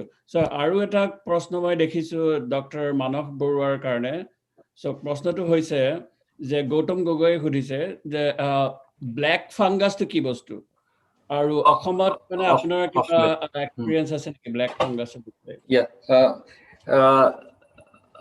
Black fungus two মিউকৰমাইকোসিস মিউকৰ এটা হল ফাংগাছ জাতীয় বস্তুবিলাক সদায় মাটিৰ লগত ৰিলেটেড সয়েলত থাকে মই অসমীয়াতে কওঁ ৰিফত ওকে অসমীয়াতে নিশ্চয় সো এই ব্ল্যাক ফাংগাছটো নতুন বস্তু নহয় বিশেষকৈ আমাৰ কাৰণে বিকজ এতিয়ালৈকে ব্ল্যাক ফাংগাছৰ বেসিক ডাটাখিনি ডায়াবেটিছৰ লগতে ৰিলেটেড ডায়াবেটিছৰ সিভিয়াৰ ডায়াবেটিছ থকা পেশেন্ট বা কিছুমান ডায়াবেটিছৰ ডায়াবেটিক কিটোএচিডোসিছ এটা কন্ডিশন হয় যেটো বহুত মানে কমাটোজো হৈ যাব পাৰে সুগাৰ হাই হৈ প্লাই সেই মানুহ বিলাকৰ ক্ষেত্ৰত দেখা যায় যে তেওঁলোকৰ এটা খুব অদ্ভুত ইনফেকশন হয় এটো ৰাইনোসেৰিবেল মিউকৰমাইকোসিস বুলি কয় ৰাইনোসেৰিবেল মিন্স নাক আৰু ব্ৰেইনৰ লগত ৰিলেটেড তাৰমানে জেনাৰেলি ইনফেকশনটো নাকৰ ওচৰত আৰম্ভ হয় বিকজ বস্তুটো সয়েলৰ পৰা আহিব লাগিব মাটিৰ পৰা আহিব লাগিব আৰু নাকত ইনফেকশন হোৱাৰ পিছত কি হয় ভিতৰি মনে মনে হি গৈ প্লাই সেৰিব্ৰেল তাৰমানে ব্ৰেইনটো ইফেক্ট কৰি প্লাই ইনভেসিভ বুলি কয় মানে কি এক প্ৰকাৰে খানি লৈ গুচি যায় নাকৰ ভিতৰৰ পৰা পেলেট বা এখিনি খানি লৈ প্লাই আপোনাৰ ব্ৰেইনৰ ভিতৰটো ইনফেকশন কৰে গতিকে এটো খুব ৰেয়াৰ কিন্তু ইমান ডায়াবেটিস পেশেন্টৰ মাজত এটো খুব কম দেখা যায় যেনেকে ফৰ এক্সাম্পল আজি প্ৰায় 20 বছৰে মই প্ৰায় লাখৰ ওচৰা-ওচৰি ডায়াবেটিস পেশেন্টক চিকিৎসা কৰিছো তাৰ ভিতৰত মোৰ মনত পৰাকে এতিয়ালৈকে মই 3 জন প্ৰপাৰলি ডায়াগনোজ কৰি ট্ৰিটমেন্ট কৰা মনত পৰে অসমত মই এজন ট্ৰিটমেন্ট কৰিছো আৰু দিল্লীত মই 2জন ট্ৰিটমেন্ট কৰিছো আৰু দিল্লীৰ ক্ষেত্ৰত মই দেখা পাওঁ যে তাত অলপ বেছি আছিলে বিকজ যিকিজন মানুহক মই ট্ৰিটমেন্ট কৰিছো তেওঁলোক কৃষক আছিলে সো এনি টাইম তেওঁলোকে মাটিৰ লগতে থাকে আৰু নখৰ গুৰিত মাটি লাগি থাকে সো সয়েল কন্টামিনেশন পাৰ্টটো যদি তেওঁলোকে বাদ দিব পাৰে এক প্ৰকাৰ তাত কমিব কিন্তু এতিয়া ৰিসেন্টলি ইমিউনো কম্প্ৰমাইজ বা আমি যে স্টেৰয়েড থেৰাপি দিও ভাইৰাছৰ কাৰণে সেই ইমিউনো কম্প্ৰমাইজ মানুহখিনিৰ মাজত এটো আকৌ হোৱা দেখা গৈছে কিন্তু জেনেকে এটো প্ৰেছত এটা হিউজ নিউজ হৈ ওলাইছে এট দিস মোমেন্ট এই মুহূৰ্তত মিউকৰমাইকোসিছটো আমাৰ পাব্লিক হেলথ প্ৰবলেম নহয় হ'ব পাৰে এটো ষ্টিল এটা মেডিকেল প্ৰবলেম ক্লিনিচিয়ান সকলে ডায়াগনোজ কৰিব ট্ৰিটমেন্ট আছে এনেকুৱা নহয় যে কোভিডৰ নিচিনা ট্ৰিটমেন্ট আউটকাম বেয়া এটো জেনাৰেলি এম্ফোটেৰিসিন বি বুলি ট্ৰিটমেন্ট দিলে 6 সপ্তাহ 8 সপ্তাহ ট্ৰিটমেন্ট দিলে এটো সম্পূৰ্ণৰূপে কিউৰ কৰিব পাৰি খালি সেৰিব্ৰেল পাৰ্টটো হোৱাৰ আগতে ডায়াগনোচিছ কৰিব লাগিব ৰাইনো পাৰ্টটো নাকত থাকোতে গতিকে অলপ এলাৰ্ট হলে তাক ডায়াগনোচিছ কৰিব পাৰি আৰু প্ৰিভেন্ট কৰিবলৈ সয়েল মাটিৰ চুই থকা মানুহবিলাকে হাত ধোৱা নখ চুটিকে কটা আৰু এনেকুৱা ধৰণৰ কামখিনি কৰিলে ঠিক হ'ব আৰু কোভিড ট্ৰিটমেন্টত যদি লং টাৰ্ম কোভিড ট্ৰিটমেন্ট লৈ থাকে তেতিয়া ডক্টৰ সকলে তেওঁলোকৰ নাকৰ ভিতৰত যদি কলা ৰঙৰ দাগ দেখা পায় বা বাৰে বাৰে নাকটো বন্ধ হৈ থকা দেখা পায় সেই পেশেন্ট সকলে অলপ এলাৰ্ট হ'ব লাগিব তেনেকুৱা নাকৰ যদি সাইনাসাইটিছ টাইপৰ প্ৰবলেম হয় তেতিয়া পোষ্ট কোভিড সিচুৱেচনত দেখুৱাব লাগিব আৰু ডক্টৰ সকলে অলপ এলাৰ্ট হ'ব লাগিব সো এলাৰ্ট হওক ট্ৰিটমেন্ট আছে প্যানিক নহব এটো প্যানিক হবলগীয়া এটা ইনফেকশন হ'ব বুলি মই ব্যক্তিগতভাৱে মই নিজে ট্ৰিটমেন্ট কৰিছো মই দেখিছো গতিকে I don't think it is like Covid so এটো সাৱধান হলে হল আৰু সাৰৰ ক্ষেত্ৰত এক্সপেৰিয়েন্স থাকিব কি it can happen in many cancer patients বহুত দেখিলো বহুত মিউকৰমাইকোচিছ দেখিলো বিশেষকৈ আমি adult acute lymphoblastic leukaemia patients বিলাকত প্ৰায়ে হয় প্ৰতি বছৰে দেখি থাকো বহুত মিউকৰমাইকোচিছ হলে আমাৰ বহুত ভয় লাগে কাৰণ অলৰেডি পেশেন্টে ৰেগুলাৰ ষ্টেৰইড লৈ আছে হাই ড'জ ষ্টেৰইড টেপাৰ হৈ আছে বাকি ইমিউনোসাপ্ৰেছিভ ড্ৰাগছ আৰু এইটো হেড এণ্ড নেক এৰিয়াতে সবতকৈ বেছি হয় ব্লিডিং হয় হলে মানে চিন্তা মই এটা কথা পলিচি ডিসিশন ল'বলৈ হৈ গ'ল পিছে পলিচি ডিসিশন অসমতো ল'ব লাগে মহাৰাষ্ট্ৰত জাষ্ট আৰম্ভ কৰিছে কালিৰ পৰা লগে লগে ভাবিছো তোমালোকৰ ৰেডি হ'ব লাগে গভৰ্ণমেণ্টে ৰেডি হ'ব লাগে এম্পোটাৰাইচিন বি ষ্টক কৰিব হৈ গ'ল সাপ্লাই কম হৈ যাব সাপ্লাই নাইকিয়া হৈ যাব আৰু এসপ্তাহ স্যাৰ আপুনি এনে পেশেন্ট প্ৰফাইলটো কেনেকুৱা দিছে যাৰ ইনফেকশনটো হৈছে প্ৰফাইলটো ব্যাকগ্ৰাউণ্ডটো মানুহৰ মানে একদম সেই মেইনলি সাইনাসাইটিছৰ নিচিনা কয় নজেল ব্লক হয় চকুৰ ভিতৰত ফুলিবলৈ আৰম্ভ কৰে তাৰপিছত চকুলটো মানে ব্লাড শ্বট হৈ আহে হেডেক হয় নাযায় জ্বৰ তাৰপিছত মানে ক্লিনিকেল পিকচাৰটো খুব টিপিকেল পিকচাৰ লগে লগে হৈ গ'লে আৰু যে সেইটো এতিয়া যদি হয় কোনো পেশেন্টৰ মানে সাইনাসাইটিছ হ'ল মানে awareness of the condition Awareness is very important. It constantly aware হ'ব আৰু এটো এতিয়া খুব ভাল কথা ইভেন আমাৰ মাজৰ পাব্লিকে এটো কথা জানিব পাৰিছে সো এক প্ৰকাৰে প্ৰেছৰত হাইপ হলে ভালো হয় কিন্তু মানে একেবাৰে পেনিক হৈ নাযাব কিন্তু এৱাৰ হ'ব লাগিব আৰু সাৱধান হ'ব লাগিব হয় এম্পোটাৰাইচিন ড্ৰাগটো আজিকালি খুব এক্সপেন্সিভ নহয় ইণ্ডিয়াত তথাপি এক্সপেন্সিভ ডেইলি 5000 rupees যাব বা 10000 যাব লাইফোসমলে আছে আজিকালি স্যাৰ তাকে খুব টক্সিক হবতো 5 মিলিগ্ৰাম পাৰ কিলো যদি 3 মিলিগ্ৰাম পাৰ কিলো হয় টক্সিক মানে এই পটাছিয়াম বাৰ্ণ কমি যাব ৰিনেল ফাংচনছ বিলাক চাব লাগিব আৰু যদি 6 উইকস দিয়া বহুত আৰু 6 উইকস হস্পিটেলাইজ হৈ থাকিব পেশেন্ট চেলেঞ্জটো হ'ব কিমান ডাঙৰ চেলেঞ্জ হ'ব সব আশা কৰো কমি আহিব সোনকালে যদি ইনসিডেন্সটো কমি আহে মিউকৰমাইকোচিছও কমি আহিব কিন্তু মই চেট বক্সত দেখিছো যে প্ৰাইমেৰী প্ৰিভেনচনৰ কথা সুধি আছিল এটো বাৰ সেকেন্ডাৰী প্ৰিভেনচনৰ হস্পিটেলাইজ পেশেন্ট মানে তেওঁলোকে সুধিছে যে আমি ঘৰত থকা কোভিড পেশেন্ট আমি কেনেকে জানিব পাৰো কেনেকে হেৰি কৰিব পাৰো নিজকে প্ৰিভেন্ট প্ৰটেক্ট কৰিব পাৰো হেতু প্ৰাইমেৰী কৈছা অলৰেডি সয়লৰ পৰা আহে মানুহে যেতিয়া মানে খুব যাতে এতিয়া খেতি বাৰীত মানে যিবিলাক কৰিব লাগে কৰিবই লাগিব তেওঁলোকে গাঁৱৰ মানুহে কৰিবই লাগিব টাউন চহৰৰ মানুহে বোধ এতিয়া আৰু খুব মানে বাহিৰত গৈ বাৰী বা ফুলনি বাৰীখনত খুচৰি নথকাই ভাল নেকি এতিয়া এইটো সময়ত কাৰণ ইউবিকুইটাছ অৰ্গেনিজম যিকোনো ঠাইত থাকিব পৰা ইমিউনো কম্প্ৰমাইজটো উশাহটো লৈ আছে বিশেষকৈ এইটো সময়ত এটা সামাৰ আহি গ'ল মই বেছি ভয় খাওঁ স্প্ৰিং টাইমত যেতিয়া ফেব্ৰুৱাৰী মাৰ্চ এপ্ৰিল হয় ফুলৰ ৰেণুবিলাক যেতিয়া ইফালে ইফালে ঘূৰি ফুৰে অৰ্গেনিজমছ বিলাকো ঘূৰি ফুৰে সেই সময়ত লাং ইনফেকশ্যনছ বিলাক খুব বেছি হয় বৰষুণ হোৱাৰ লগে লগে এইবিলাক কমি যাব পাৰে সিজনেল ভেৰিয়েশ্যন সদায় থাকে কিন্তু অকমান মানে সেই লেতেৰা পেতেৰা যাতে ঘৰত নাথাকে যিমান পৰিষ্কাৰকে থাকিব পাৰে সেইটোৱে প্ৰিভেনচন তাৰ বাহিৰে যেনেকৈ এৱেৰনেছ অফ কণ্ডিশ্যনটো মানে ছ'চাইটিৰ হ'ব লাগিব ডক্টৰ হ'ব লাগিব এভৰি হেল্থ কেয়াৰ অকল ডক্টৰে নহয় নাৰ্ছবিলাককো ট্ৰেইনিং দিব লাগিব বাকী যিবিলাক পেৰামেডিকেল ৱৰ্কাৰ্ছ আছে লেবৰেটৰী ৱৰ্কাৰ্ছ আছে গোটেইবিলাকে আটাইবিলাককে এটা মানে সেশন ৰিপিটেডলি এভৰি উইক এটা সেশন কৰি থাকিব লাগিব Right. Thank you. I think Dr. Gaurav Dekar karone eta prashna ase. Gaurav, are you there? Yeah, I'm there. Okay. So the question is that because of the pandemic, as you know, that there is so much of stress on people of different age groups, and especially children are also affected. And you can see that, like one whole year, the children have been confined to school. There is no definite, sometimes they have offline school, but most of the time online schools. And you know that school is something so important for the kids to go where they meet friends and that they are not being able to do. How do you think that the kids are affected from this pandemic from a psychological point of view? And what is your advice to the parents, especially how to deal with the kids from a very compassionate point of view? What do you think? Yeah. So for children, especially growing up kids, what happens is institution going there every day to a school is a regular activity. It creates a sense of routine, a discipline for them, as well as meeting friends, peer mates, connecting. Connection is most central to development of children having a harmonious emotional and psychological landscape so that they can connect, they can interact, form bonds, have healthy ways of interaction, communication. And all of these things are compromised at this moment. They not only not have a sense of routine or discipline, They also, of course, are not going to the institution, as a result of which there is a huge toll on their education, as well as, most importantly, what I see is this connection between between their friends and peer mates and classmates. That is what is compromised and interrupted.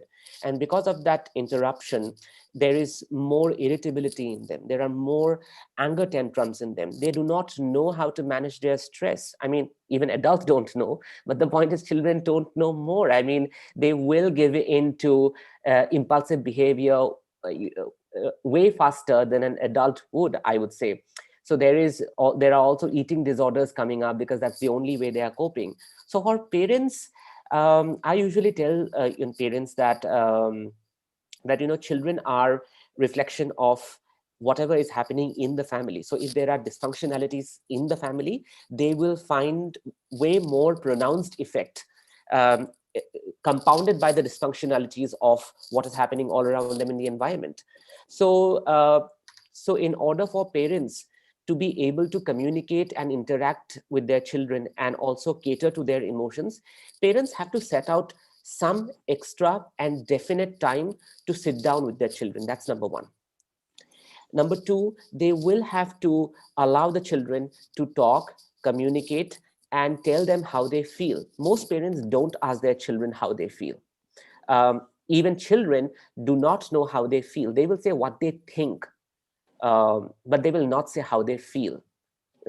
So they will say, moi cake khamba, moi TV sametia, but the underlying emotion is not what they will say. They won't say ki mur khong uthise, or I'm angry, or I'm sad at this moment. Parents should also emphasize on asking their children how they are feeling and provide a listening ear to how they are feeling. Thirdly, they should also educate their children about what is happening around in the environment, because you see, for any individual, whether it's a child or it's an adult, lack of information also leads to loss of control of one's own life. They feel that everything is falling apart. So giving information, adequate information, not overflowing them, not overspilling them, but giving adequate information to the children is also important about the environment. Ki hoi ase samas khonot? What are the numbers of people who are also probably surviving? How many people are recovering? Manhuye keneke recover koribo pare? That there is a positive aspect to it, that people can survive. Parents should also give them the positive aspects of this information to the children, so that they feel hopeful that there is a future lying ahead. Because to steep into the sense of uncertainty is way more than adults, because adults can still use their logical mind. Children cannot use their logical mind to that extent. So these are a few things that parents should do for their children. But most of all, I would say, please create some time for your child so that you can separately sit with them, either talk to them, listen to them, do some activities together, maybe do a painting together, or maybe play together. But yes, engage with your child by setting an exclusive time for them. It's not like my computer kam kori asu, my 11-year-old, my 12-year-old walks in and I'm typing and talking to them. No, I would want to put away my computer, give them some time, and keep that time as, I would even say, keep that time as sacred for your child. Thank you, Gaurav. This is very helpful. There was another question, because you are on it, so let me ask that question to you. So do you have any specific advice for the older population? I think they are also stressed in a different way, because they see that they are vulnerable, right? And many of them are having chronic illnesses. So do you have some advice to them or to their family members how to psychologically keep them healthy? It is a challenge. It is definitely a challenge, because as we age, we automatically reach a point in our life where in a situation like this, in an environment like this, it is easy to sort of lose hope. And the fear is always lingering somewhere. So I think there's one point which I will bring up from my previous where I spoke about being in a constant state of stress, chronic stress. So you have to also provide the body an opposite signal wherein the body can relax. So for them, way more breathing exercises, way more meditation, and of course, physical exercise. That's one thing. The other thing is, as I said, that the word social distancing actually disconnects us even more. So it's physical distancing. So I think the idea of groups is so important. I see so many people having these, WhatsApp groups or let's say Facebook groups or social media groups. I know that to be constantly in the group is also deeply consuming, but yes, if you can set aside some time to engage in these groups wherein, let's say, people from different parts of your city or different parts of your region can gather and talk, at least that bonding is created. So right now what we are looking at is if another person is having a similar experience as us, so that their fate and their experience and my fate and my experience, when they're connected, I feel secure that, okay, that person is also going through what we are going through. When we are aware of the world and when we have knowledge of what people are going through, we have a sense of bonding. And that sense of bonding gives us some kind of hope. So not only do you, call your mates and call your relatives and call your friends and tell them that, এনেকেই হৈ আছে, এটো আৰু কেতিয়াও ঠিক নহয়, things like আমি ভাল হম নে নাই, বা আজি এওঁ ঢুকালে কালি তেওঁ ঢুকালে. Well, you discuss all of that, but you also discuss day-to-day things. What did you eat for dinner? How are you feeling today? Who do you want to talk to? আজি কোনখন কিতাপ পঢ়িলা, এটো chapter শেষ হ'ল নে তোমাৰ? So these are also questions that you can discuss apart from discussing what all you are anyway discussing about the disease and the environment. So positive discussions are also important, and please maintain your social connections, be a part of these groups, set aside time and interact. Thank you. Thanks for your perspective. And going with the older population, there is a question to either Dr. Saikia can take this or Dr. Barua, that those older our seniors who are at home, do you think that at this point, from a healthcare perspective, they need to take special measures at home? Like, are they supposed to wear masks at home while meeting with other members of the families? Do you have any suggestions to them? Manas, কোৱা.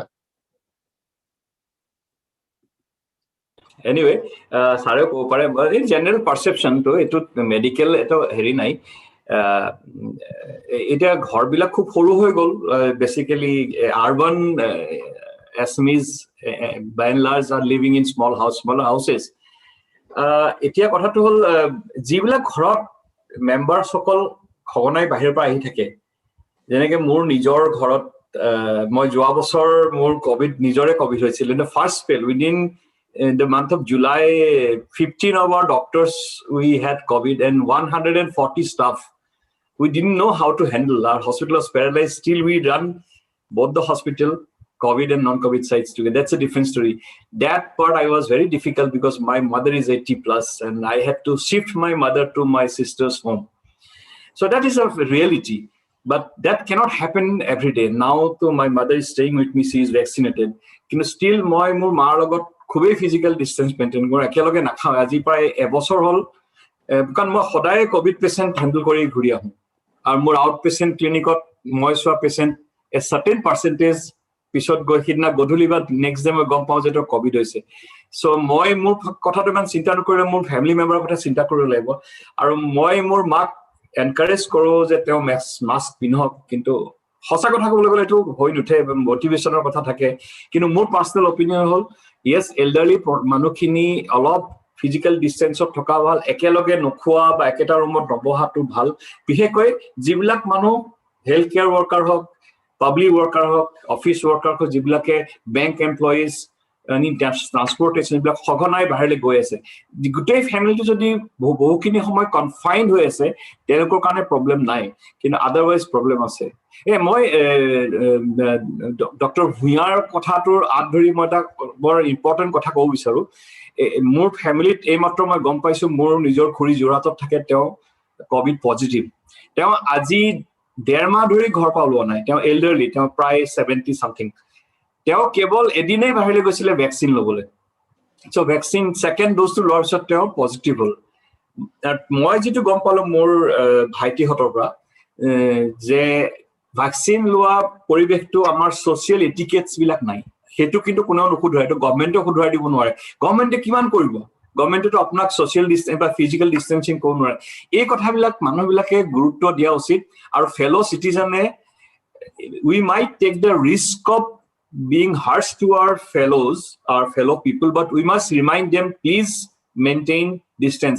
Etia vaccine lobole jaote jodi infected hoya hai, hopefully their severe problem no hobo, second vaccine paise, but hobo nalagisile, etu bor dukhor kotha.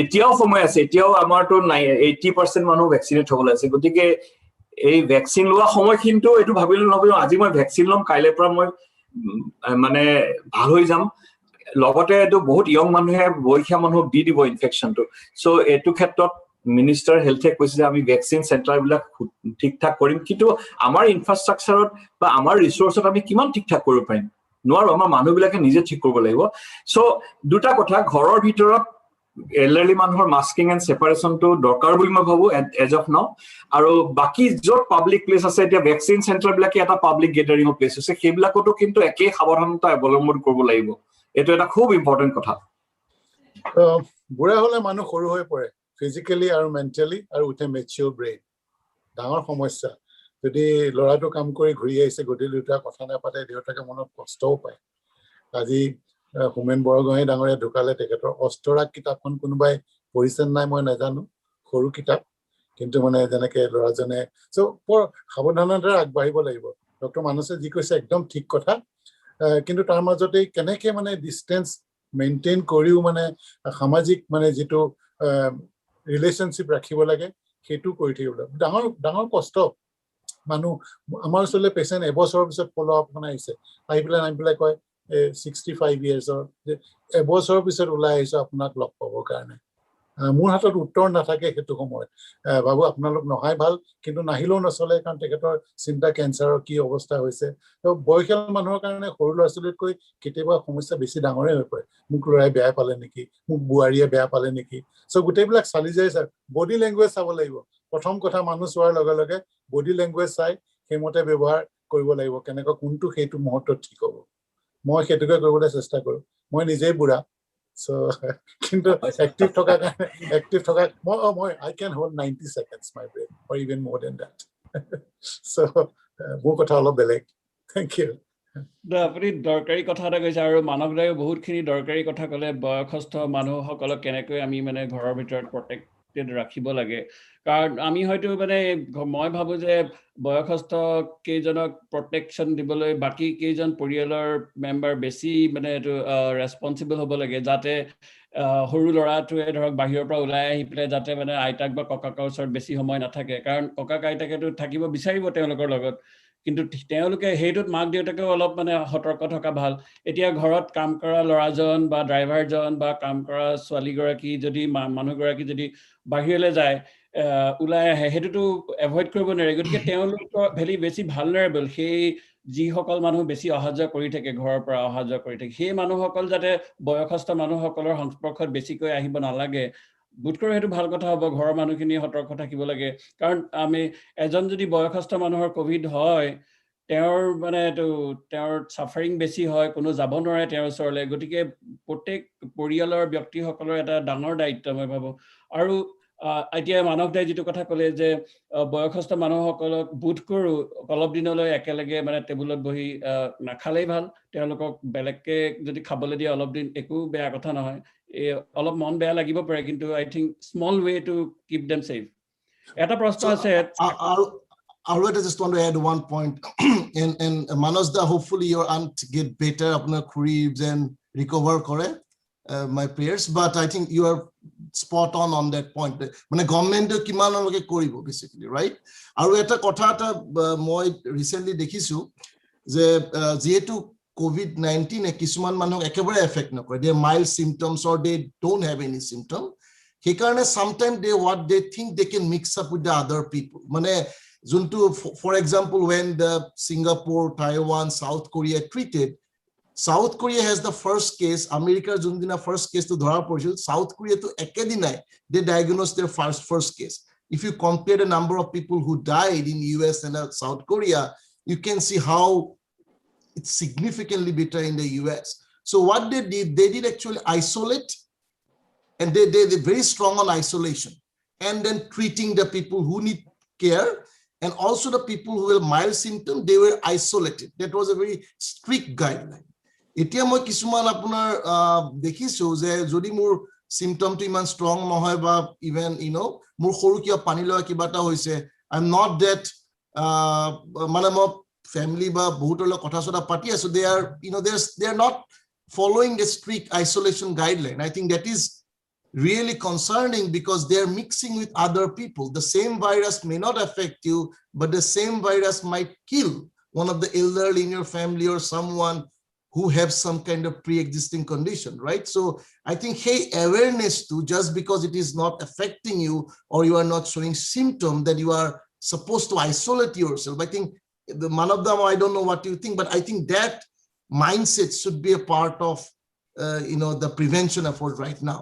I think hey, mindset too, we are kind of losing it a little bit. More I'm a qualitative researcher. I try to understand human behavior. They're trying to hopefully. Yes, there is selfishness. They are not following that strict protocol about the isolation. If you really see the Asian countries, that's the way they control it. Strictly isolate, treat the people who need care, and they do the contact tracing. Right now, contact tracing is out of option when the community spread is this much. Our kisman dorok apunar dorok amar ICU hok ba hospital ate hok. We have 50 COVID patients. We really don't know what variant these people are bringing in. Some are more contagious than the other, right? So the question is, do you think there should be a policy? Again, genomic testing is very important for that, to actually isolate those people who have more contagious form of the virus as compared to the others, and specific follow specific protocol for this. I think that might be one concern, because it is a lot of ICUs, Delhi hok ba other state hok, lot of family caregivers are a part of the patient right now, because we don't have enough provider to see each of those patients. Those hospital rooms are full of the patient, and surrounding 4 or 5 their family caregivers, right? And they're also very high risk of getting the virus actually.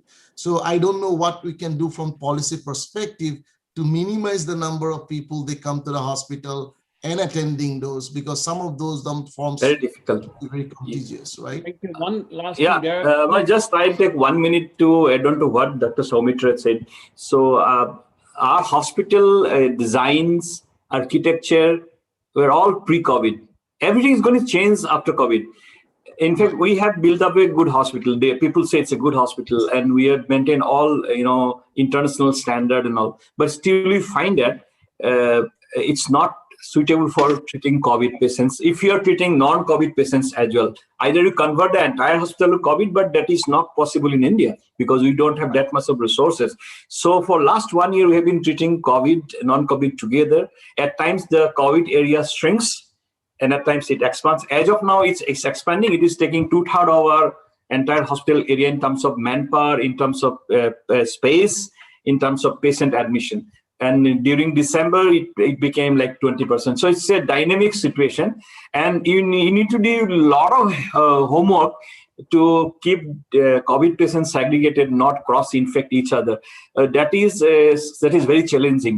And I think for future, I think as a healthcare and a policy advisor, I think we must emphasize that the designs of hospitals must be also in that manner, that immediately in 2 hours time, we can segregate the hospital into 2 parts. One part is going, and there is no cross ventilation, cross airflow. Everything is separate. Kitchen, everything can be separated. So these kind of ideas are also to be infused in at that micro level. Macro level, policy decision, societal level is different, but even micro level also you need a lot of planning. This is not going to work actually if it goes on like this. It's very difficult for us. Right, excellent point. I think we can have opinion from Dr. Chen also. Like Dr. Mark Chen, actually, because one thing, I really wanted to hear from you, like, as you have seen that, you guys, and in Taiwan, your Yes. country really controlled the pandemic very well in the beginning. So let's not talk about the current SARS. Of course, like, that is Yes. unavoidable, as you have said that, Yes. there is a SARS now. But what do you Yes. think that your country has done better than rest of the world, I would say, that has helped you to reach the state that you have been able to achieve? Yes, I think I want to echo to Dr. Nguyen in New York, because in Taiwan, we also in democratic system, but honestly, we do a lot of quarantine and social isolation, especially to confirm cases or suspicious cases, even he or she just suspected. So even, a world traveler visiting Taiwan, either you're PCR positive or negative, you need to quarantine 2 weeks and then 7 days for, reporting your steps and reporting your, symptoms. If you got any symptom, even post 2 weeks, you need to do PCR again. So, we are very strict, even we have 0 case in the past months. Now we have new outbreak. How strict we are. We nearly knocked down because we just increased 10 cases, or even even just over 100 one day. They think, wow, it's terrible. Almost 2 cities of millions people stop. They spontaneous stop to go to work. They discuss with their companies to say we need to, work at home or work in shift. So, it's from the people, not only from the government. So, that's why we can go into consensus very easy, because our people care each other and don't want to spread the virus to each other. And they behave themselves very strictly, honestly. If you don't wear mask, they even don't want to talk with you. It's more offensive if you didn't wear masks, especially in this critical time. So this is a social condition to make yourself, protect yourself and protect your family. I think it's a cultural activity. I think we should, especially after COVID-19, we should, adapt to the new life. This is important to spread, especially variants comes more and more. We cannot, we cannot create more and more vaccines, even more. So, this is the way we need to go, especially, hugs, kisses now forever, we should keep distancing. This is why, I still not very adaptive to it, but, we need to go adapted to it. Social distancing is essential, and vaccination is essential, and public consensus in, hygiene and washing and masking. This is all the daily routines in the future. Thank you. So I think one point to add on Dr. Chan's comment here. So some of the Asian countries were better prepared. Yes. So if you really see US or India, they have never seen a pandemic at this scale. Yes. In 2003, the SARS virus was a big problem in a lot of Asian countries, so they'll get scared at that point. So that actually helped them to better prepared when it comes to the second time. If you really see that how the SARS actually affected all the SARS affected country, I think there are a lot of, as Manasda was talking, there are a lot of things in the system level was in place. For a second, when the second infection comes, we can address it more effectively. I think that where a country like India and the US, where they did not get exposed to a pandemic at such level, and all of a sudden it came, that actually got little bit, they got in a back foot, and they did not know what to and how to do that. And that certainly happened in the US. A lot of people were confused on what to do. As I said, there were mixed messaging coming from different parts of the government.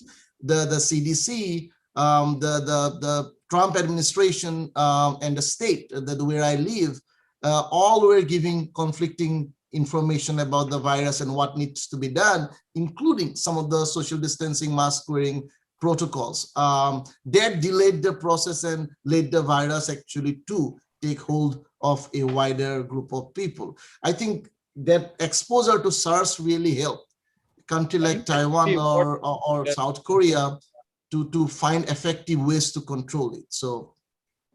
No, thank you. I think that Mark's point is very well taken. I think this Thank is you. a time like really we need to learn from each other, and rather than saying anything else, so if we see once that why places like Taiwan or Korea has been able to control, why? Sometimes we need to introspect, and as Dr. Chen has said that this is the culture. And as he rightly said that people find it offensive if someone is not wearing mask. And again, as Dr. Via said, that the government can do only enough. It has to come from inside. And if we go back, it really pains me when I see images from in my own social media page that from January, from February, or Christmas or New Year, we totally forgot that there is a pandemic going on. Everybody was celebrating New Year's Day. Everybody was celebrating weddings. It really pained that this is not how we behave, and how can the government change it? We cannot blame the government all the time. If there is a wedding, yeah, the wedding has to happen. Nobody is saying it should not happen, but we know that there is something going on. We cannot be irresponsible at that point and invite 100 people and infect them also, right? So those kind of things has to come from inside. And as I think that that is sometimes like, rather than blaming the type of governance or the how that the country is governed, it's rather than the responsibility is on our culture, like how the culturally we are different and how that culture can change. And ami mane to belegar pora dhorok mane hikibo paro je mane to like to make it better. Eta question, the government certainly play a very important role during these pandemics. We certainly cannot underestimate the role of a government that play to control a pandemic, because culture will take a long time to change. I'm not arguing against that. But I'm just talking about that. I mean, is our responsibility to pahale nohobo. Yes. So one question, actually, I have been missing for a long time. I think one of the maybe Manoxda or Topondai lobo pare that DRDO has a new COVID medicine. So is it a new ray of hope? Anybody can comment on that? Sir, subject got basic related. Sir can answer that. Sir, the new medicine. I have to go deep into the subject yet. I have been a little superficial looking at it. Yeah. I think we need more information about more it, information. because actually, there will be less need for less oxygenation, etc. Yeah. Talking about DRDO scientists, as I know them, they're very sincere people. So there must be something, but I think we need more clinical trials on it before drugs can be released and then to be used by each and everyone. I think there's a very sound principle behind it, and then see it. Originally it was tried in cancer. The cancer cells are fast growing, metabolically active. That's why you attack those metabolically active cells, thinking that this is going to leave alone those cells which are normal. Here, they're trying here. I mean, lung cells which are infected by the virus, they are metabolically active. So you just deplete the supply of metabolism to that glucose in that cell, and those cells will die, and virus need the cells, living cells, to expand or remain alive, and that the virus also is going to die. But in the clinical trial, whatever has been submitted, the 2 points are there. All the centers have not been able to submit the data, and the size of the sample is not big enough to look out at the biases. And it was like 42% versus 31%. Like the placebo group, 31%, and the medication group was 42%. Though we don't know whether it was enough powered or what was the statistical significance. And moreover, there could be adverse effects on various systems. So you have not looked at the safety part, because safety was probably not much addressed, because at this time we are looking at the efficacy and whether it is going to prolong delay it will increase the cure or mortality or decrease the hospitalization, and not yet clear. But then they said it is symptomatically an oxygen requirement will come down. Good step, but it is not the end of the road. So we have lot of miles to cover. Maybe It can be used as an adjunct. So remdesivir is still the well-tried and well-practiced experience. And whatever they say, I think it is a tool in our hand, and we don't have anything else as of now specifically. Probably a minor player in the whole game. Yeah, adjunct. Yeah. Right. So there is one question for Gaurav, like there are people who are already suffering from depression, stress, etc. So what do you suggest for them in the wake of the pandemic? Yeah, I feel that for most people, some of them, even if they have a history of depression or anxiety, they may not be aware that they have had it, or that there are past traumas, that there are past events where they have had difficult experiences while coping.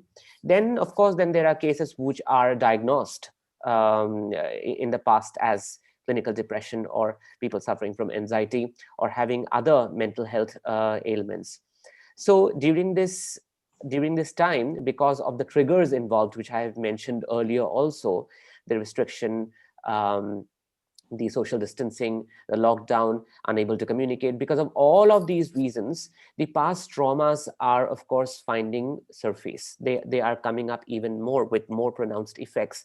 So I would say that, unfortunately, we don't have self-guided ways to deal with them. It's not like I will give an advice here and that will be generic to all the people who are, going through depression or anxiety, and it will work for them, because people are unique. Their coping mechanisms are also unique, because the way they have gone through their life, the way they have dealt with their issues, the way they have coped is very unique. Every person deals differently, and therefore there is no other way but to go for therapy sessions, go for some form of counseling, talk to a professional. But yes, invest your time in at least reaching out to a mental health worker or a mental health support group, because one single advice is not going to work for especially those people who have had previous history of any mental illness or health issue. Thank you, Gaurav. There is a question, I think, to probably Manavda. So this is from Vijay Lakshmi Sharma. There is a recent trend that is seen in India is that a patient gets recovered and die within 1 to 2 days. Why? Okay. So recovered means how you define recovery is because we have one objective way of diagnosing COVID, that is RT-PCR test, and then you test it once again, say 7 days, 8 days, and your RT-PCR is negative, but the patient is still symptomatic and he dies. That has happened. It has happened to my own friend, actually. 2 days after rat test being negative, the patient passed away. Because COVID as such is not a very simple disease. And as you must understand that the disease has got two parts, or three parts, I would say. The first part is the active viral replication or infective phase, like 0 to 7 days theoretically, but there could be exceptions, they could be even longer. The first 7 days, প্ৰথম 7 দিনত virus to replicate কৰে, grow কৰে, সেই সময়ত মানুহজন infective stage থাকে. Then there is a immune response phase. That 7 দিনৰ পৰা 14 দিনৰ ভিতৰত আপোনাৰ শৰীৰৰ ইমিউনিটিটোৱে ৰিয়েক্ট কৰে. এটা কেনেকৈ ৰিয়েক্ট কৰে? ভাল ধৰণে ৰিয়েক্ট কৰিব পাৰে, যে ভাইৰাছখিনি মাৰি পেলাই সি ঠিক ঠাক কৰি ৰাখিব পাৰে, বা এটা ধৰক এটা হলৰ ভিতৰত মই এটা সৰু বম ফুটাইলো, এটা চিনেমা হলত বহুত মানুহ আছে, এটা হলটোৰ ভিতৰত মই এটা সৰু বম পিক আৱাৰ সবে এনজয় কৰি আছে, সাইলেন্স, ফটকে এটা বম ফুটি গল, সৰু বম এটা দেৱালীৰ ফটকাটা। তাৰপিছত কি হল, হলটোৰ পৰা মানুহখিনি একেলগে দৌৰাদৌৰকৈ ওলাবলৈ চেষ্টা কৰিলে, আৰু 1 ঘণ্টাৰ পিছত দেখা গ'ল যে তাত ষ্টাম্পেড হৈ পেলাই প্ৰায় 50 জন মানুহ মৰিলে। কিন্তু সেই ফটকাটো এজনো মানুহ মৰোৱা নাছিল, এইটো ওচৰৰ মানুহজনৰ হাতত বাৰ্ণ হৈছিলে যেনিবা, বা ভৰিত বাৰ্ণ হৈছিলে। সো এটা মাইনৰ ট্ৰিগাৰৰ কাৰণে এটা খুব বেছি hyped up reaction by the immune system, যিটোৱে আমাক সৰু ভাইৰেল ট্ৰিগাৰটোৰ কাৰণে এটা ডাঙৰ এটা ইমান ডাঙৰ ৰিয়েকশ্যন কৰি দিয়ে, কিয়নো ভাইৰাছটো আমাৰ নতুন, আমাৰ বডি এটা এছেছ কৰি ট্ৰাই কৰিছে। And in evolution we will develop some system After many years, maybe we will diagnose this as a very simple disease, and our body is going to react very simply and neglect it, and it will go away. Now, actually, a problem comes from not from the viral infection, because at a ধৰি লওক pneumonia ব্যাকটেৰিয়াই যেতিয়া আপোনাক এটেক কৰে, লাংখন damage হোৱা কথাটো it is proportionate to the amount of bacteria which is attacking you, not exactly the immune reaction.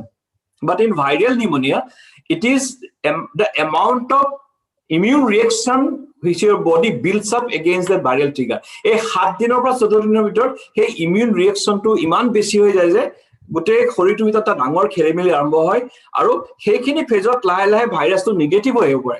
7 দিনত 50% negative হ'ল, 10 দিনত 70% নেগেটিভ হ'ল, 14 দিনত 90% নেগেটিভ হ'ল, 17 দিনত 100% নেগেটিভ হৈ গ'ল। কিন্তু 7 দিনৰ পৰা 14 দিনৰ ভিতৰত বা কিছুমান 7 দিনৰ পৰা 21 দিনৰ ভিতৰতো সেই ইমিউন ৰিয়েকচনটোৰ কাৰণে মানুহজন মৃত্যুমুখত পৰি পাৰে, আৰু সেইটোৱে কোভিডৰ আটাইতকৈ ডেডলিয়েষ্ট বস্তু। কিন্তু মই এটা কথা শিওৰ, কোভিডটো সদায় নাথাকে। After some years, our body immunity to hiki jabo je keneke react korib lage, aru overreact nokora hole it becomes a very simple flu. Eta overreact kori thoka karone amar problem lak beshi hoise. Number 1, so overreact kori pele amar pneumonitis hoy lung to acute respiratory distress syndrome goi pele failure hoi pele manujon oxygen naike hoy moribo pare, mrityu mukhot pori pare. Logote viral myocarditis hoy dhukabo pare, small section of people may have infection of the heart muscle, or some kind of reaction in the heart muscle, which may also cause sudden death. Embolism hoy pare, clotting system disorder hoy pele, pulmonary embolism hoy pele suddenly dhukabo pare. So various ways, but most of the deaths are probably because of one. First, Dr. Emi already koi goise, first pneumonitis, second immediate complication, related complication of COVID, third comorbidity, যে Covid ইনফেকশনটো চলি থকা সময়ত কিডনিটো যদি failure ফলে Gucci গ'ল, বা already থকা ডায়াবেটিছটো বেছি কমাটো ষ্টেজলৈ Gucci গ'ল, বা তেওঁ ষ্ট্ৰোক পৰ নাছিলে, ষ্ট্ৰোক এটা হৈ গ'ল, সেই থাৰ্ড কাৰণটোৰ কাৰণে মৰিব পাৰে। চ' বিভিন্ন কাৰণত মৰিব পাৰে। চ' নিগেটিভ হোৱা মানে চব ছেফ নহয়, গতিকে এইটো এটা খুব ক্লিনিকেল অবজাৰভেশ্যন দৰকাৰী। সেইকাৰণে ডক্টৰসকলে সদায় সাৱধান থাকে, নিগেটিভ হ'লে আমি এৰি দিব নোৱাৰো। সেইটো এটা কাৰণ যে নিগেটিভ হোৱাৰ পিছতো মানুহ মৃত্যুমুখত পৰা দেখা যায়, এইটো ৰেয়াৰ নহয়, এটা খবনাই দেখা পোৱা গৈছে আজিকালি। Thank you. আৰু এটা প্ৰশ্ন আছে, আমি বহুত প্ৰশ্ন ল'ব পৰা নাই, যে বিক্ৰম আদিত্যৰ পৰা আহিছে এইটো প্ৰশ্ন আগতে, যে with the number of vaccines available now, is efficacy of all are same, or which one is the best, or someone are better? Dr. Soumitra Koban, Hi, I think the efficacy rate, Covishield, I think it was 72%, if I'm not wrong. Yeah. Etia apunar junto co-vaccine single dose 72%, I guess. 2 doses, it's almost touching 90% in some studies. So okay. Yeah. So and the co-vaccine is about 82% based on the clinical trials they have recently released. Aru Sputnik junto Russian vaccine to us, it was also around 92% or something. And again, a lot of those also depend on the variant you are trying to use against. So yeah, so you know, apni success to the 80% bulle ki bujai alop general public ok bujai dile bhal hoy. What do you mean by 80%? Apnar phalor pora bujai dile beya na hobo neki?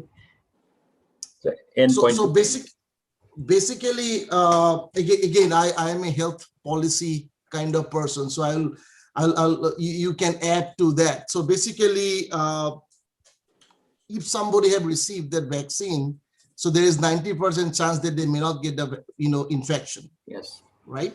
So that basically you, in a very common way, you explain that. Aru ketiaba some vaccines, they have the similar dose. Pfizer, Moderna, same dose you can take mRNA vaccine. Sputnik is very interesting, Russian junto vaccine. That vaccine is basically, they have different 2 doses. The first dose is different from the second dose, or the second dose is different from the first dose, and they think that increase the efficiency of the vaccine of the Russian dose. So yeah, so I think all of them has shown to be effective. So as all of the panelists said, the vaccination is the way to get out of that. Our Manojda, as you were saying, more বাইদেৱে মোক message কৰিছে জেঠাই মোৰ জেঠাই actually হস্পিটেলত আছে and see his ventilation. So she wanted me to touch base with her. So I think we are all going through a very similar traumatic experience here. We wish her speedy recovery. We wish her speedy recovery. So sir, Tapan sir, she was the mother of Polas Borai, Polas Protein Boras. You treated from Nagaon.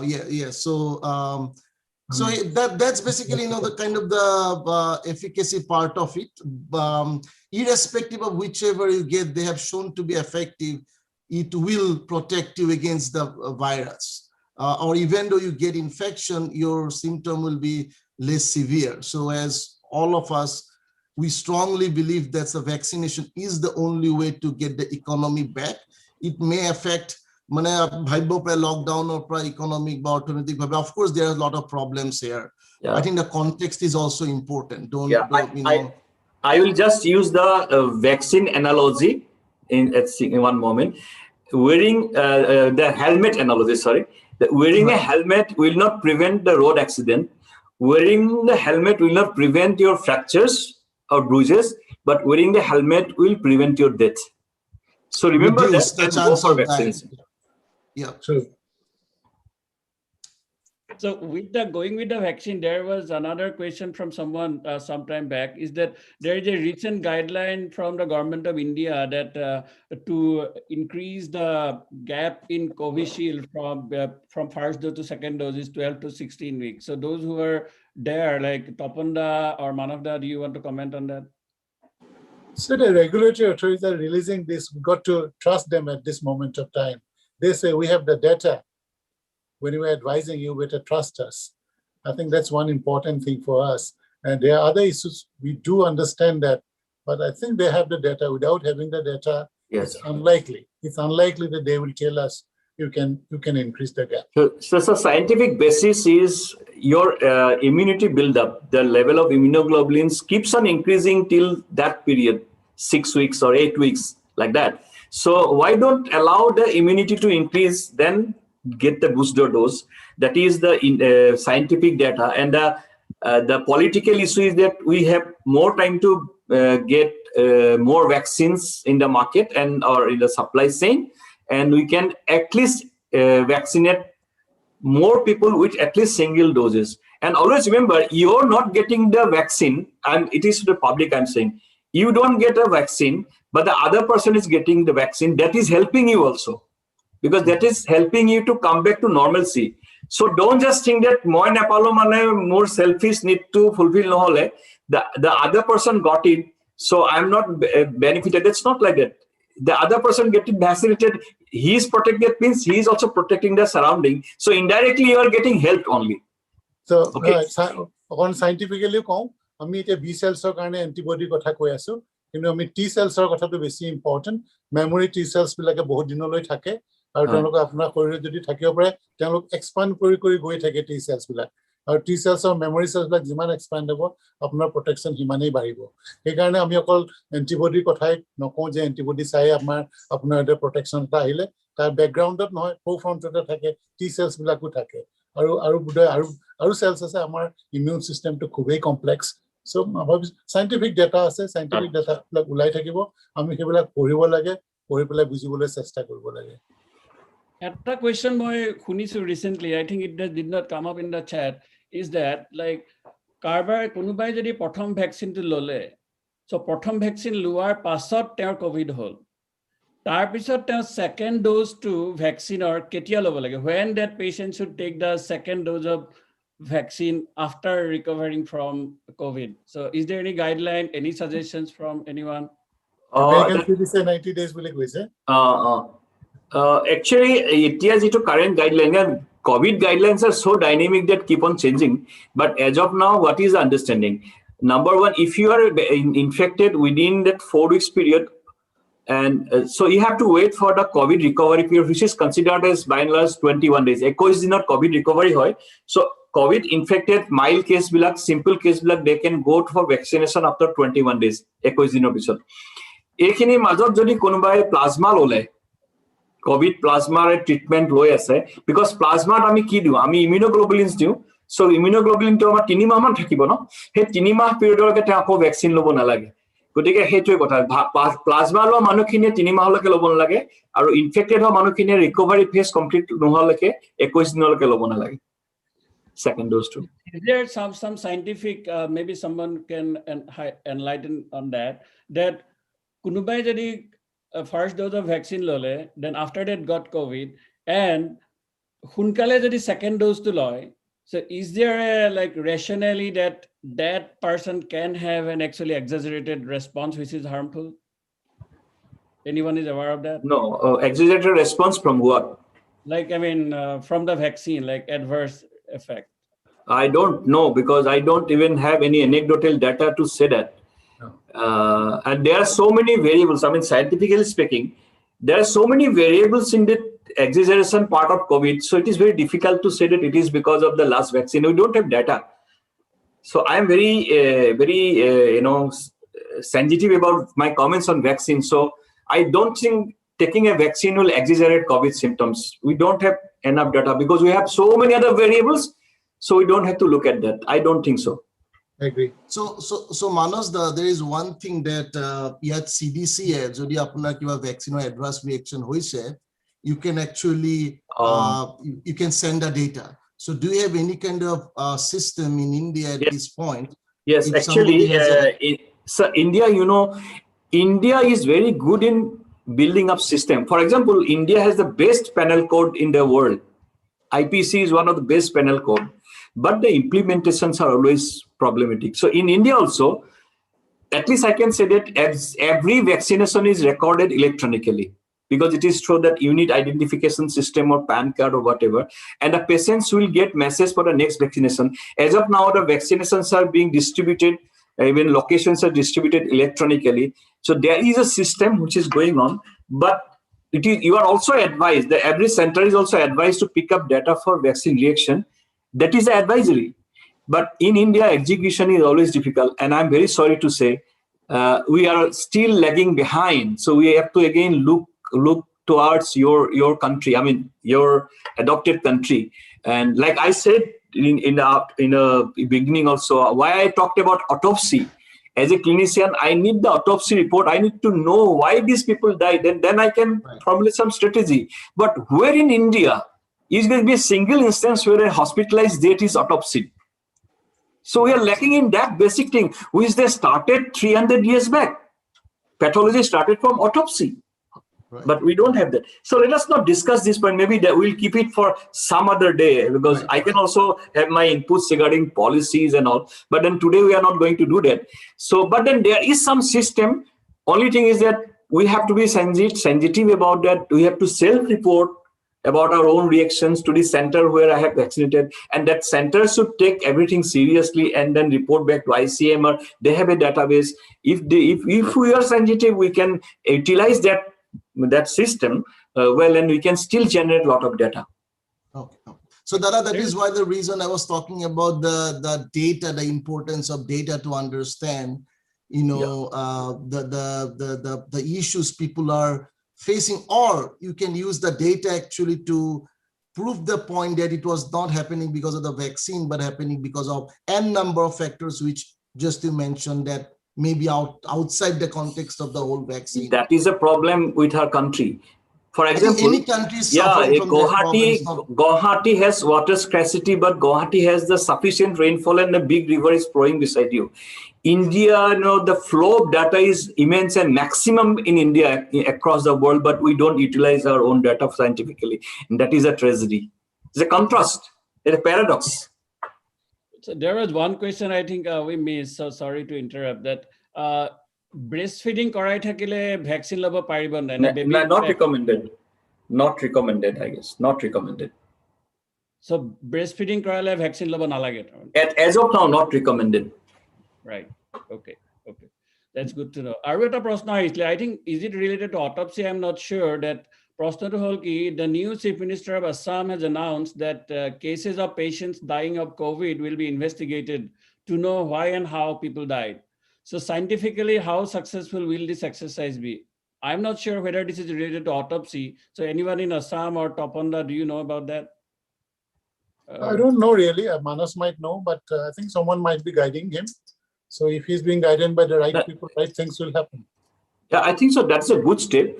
Autopsy is a very distant thing. That's a big policy decision in Indian hospitals we have to do. Even AIMS doesn't have autopsy. You have been in AIMS, so you know how much of clinical data we are losing every day.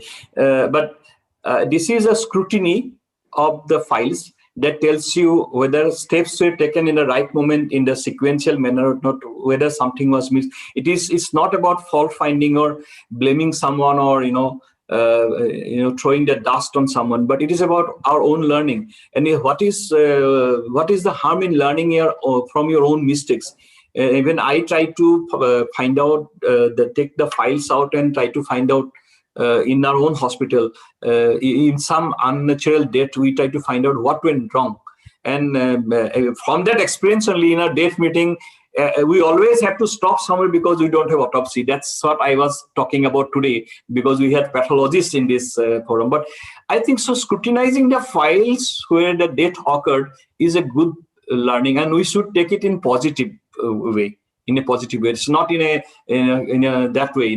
Say that the authorities trying to put the blame on someone and find an escape route or something. It's not like that. I think we should take it in a positive way. We should always take out the positives of those things.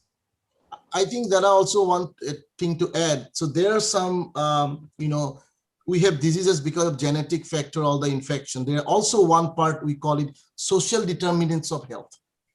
What if these deaths are occurring from a certain area? What if these deaths are occurring from a certain religion, right? Yes. And all the socio-demographic economic factor that actually, what if these deaths are happening from large families? I'm just kind of, putting some of those. So understanding those reasons and what is the likelihood that somebody passed away from COVID or any other disease for that matter, it's really help us to understand in layers. So how these layers are actually affecting or increasing the odds that people are passing away for certain disease. So I think that's certainly a right, kind of step. And I agree with Manas, whatever you said. Yeah, I think so. What Sakya sir has said is the same thing.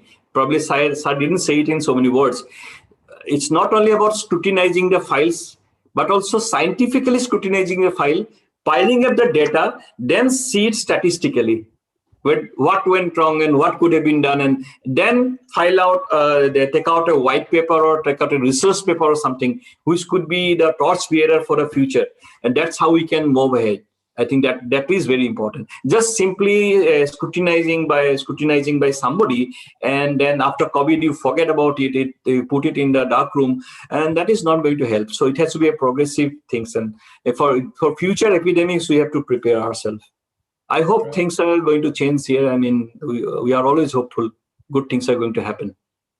Thank you. Actually, Manasda brought something very interesting, like which we don't hear much, is about autopsies.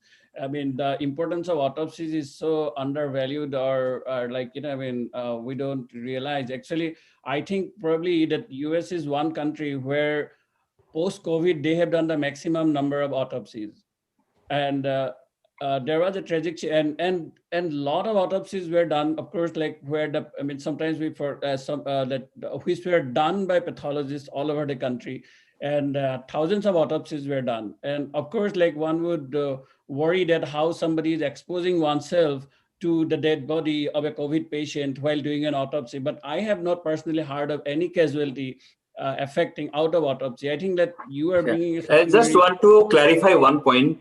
Dead bodies are not going to spread COVID. Don't worry about that. But you have to give a window period. You do the autopsy after a window period, maybe 7 days or 15 days. But the person is not breathing. He cannot spread. It is not HIV or it's not hepatitis virus. I think hepatitis virus would be more. And there are so many other complex viruses, but for COVID, I think dead bodies will not spread it, at least scientifically speaking. Like autopsies in general are underrepresented, right? I mean, in general, we do not give much importance to medical autopsies. Of course, like forensic autopsies or medical legal autopsies we do, But as Manas said, that when there is an unnecessary death in the hospital, whether it is COVID or not COVID, so we in US definitely we do that. Like, I mean, I can tell you that when I was a resident, or like, I mean, whenever there is an unnecessary death, even in pre-COVID era, so definitely there is an autopsy going to be done with the patient's consent, of course. But like, I mean, that is a trend like which is diminishing, of course, even in US, but in India, like it's really not there almost at all. So there are so many times that the dead person actually teaches how we can help someone who is suffering or in the future, that like, and as Amy said, that they have found out so many things from their autopsies, and she published a lot on COVID autopsies and how like this actually can help the treatment part in future.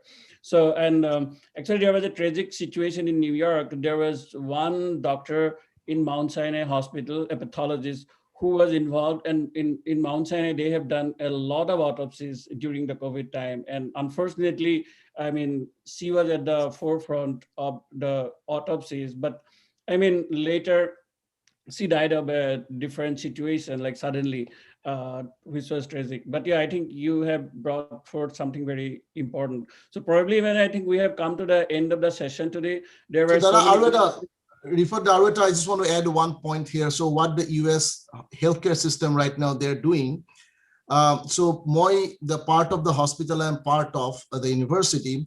So we are actually building a COVID recovery program. So it's outpatient wise. So the patient come, not only the patient, their family members also come.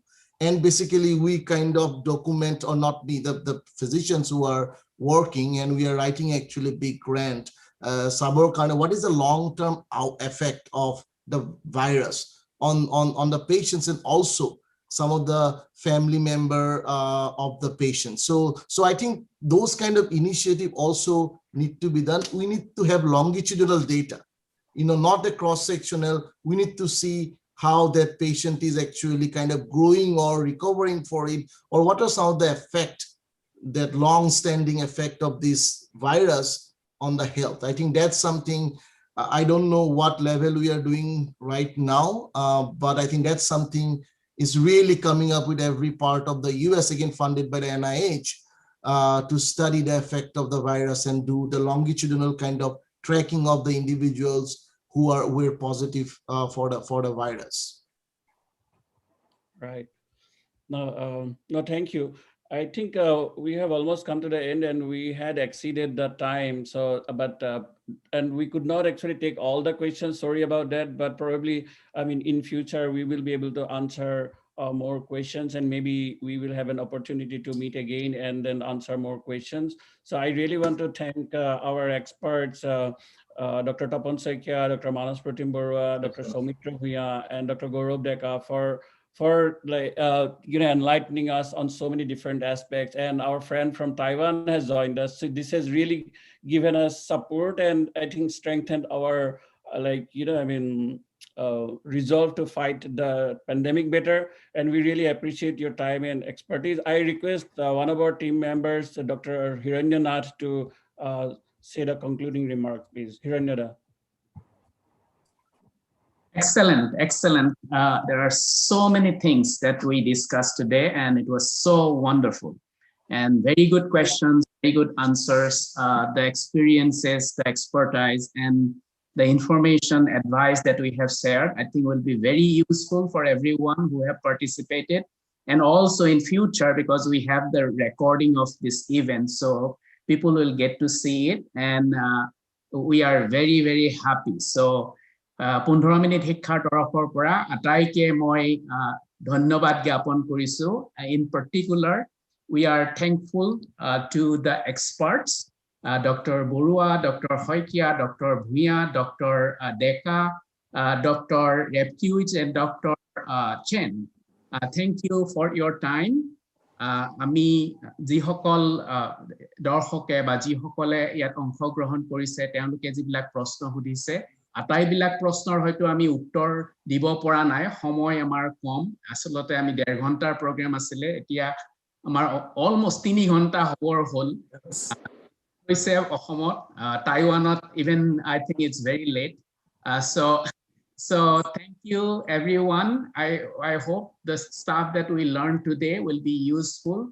And maybe in future, in near future, we'll have more event like this so that we can educate people. We can get educated. Actually, I'm not a medical professional. I am an economist. So we can get educated so that we all can face this difficult time with information, with utmost care. Please be safe and take care of yourself. Thank you. Good night and good day. Thank you. Wish you all a good health. Thank you so Yes. much. See you. Good night.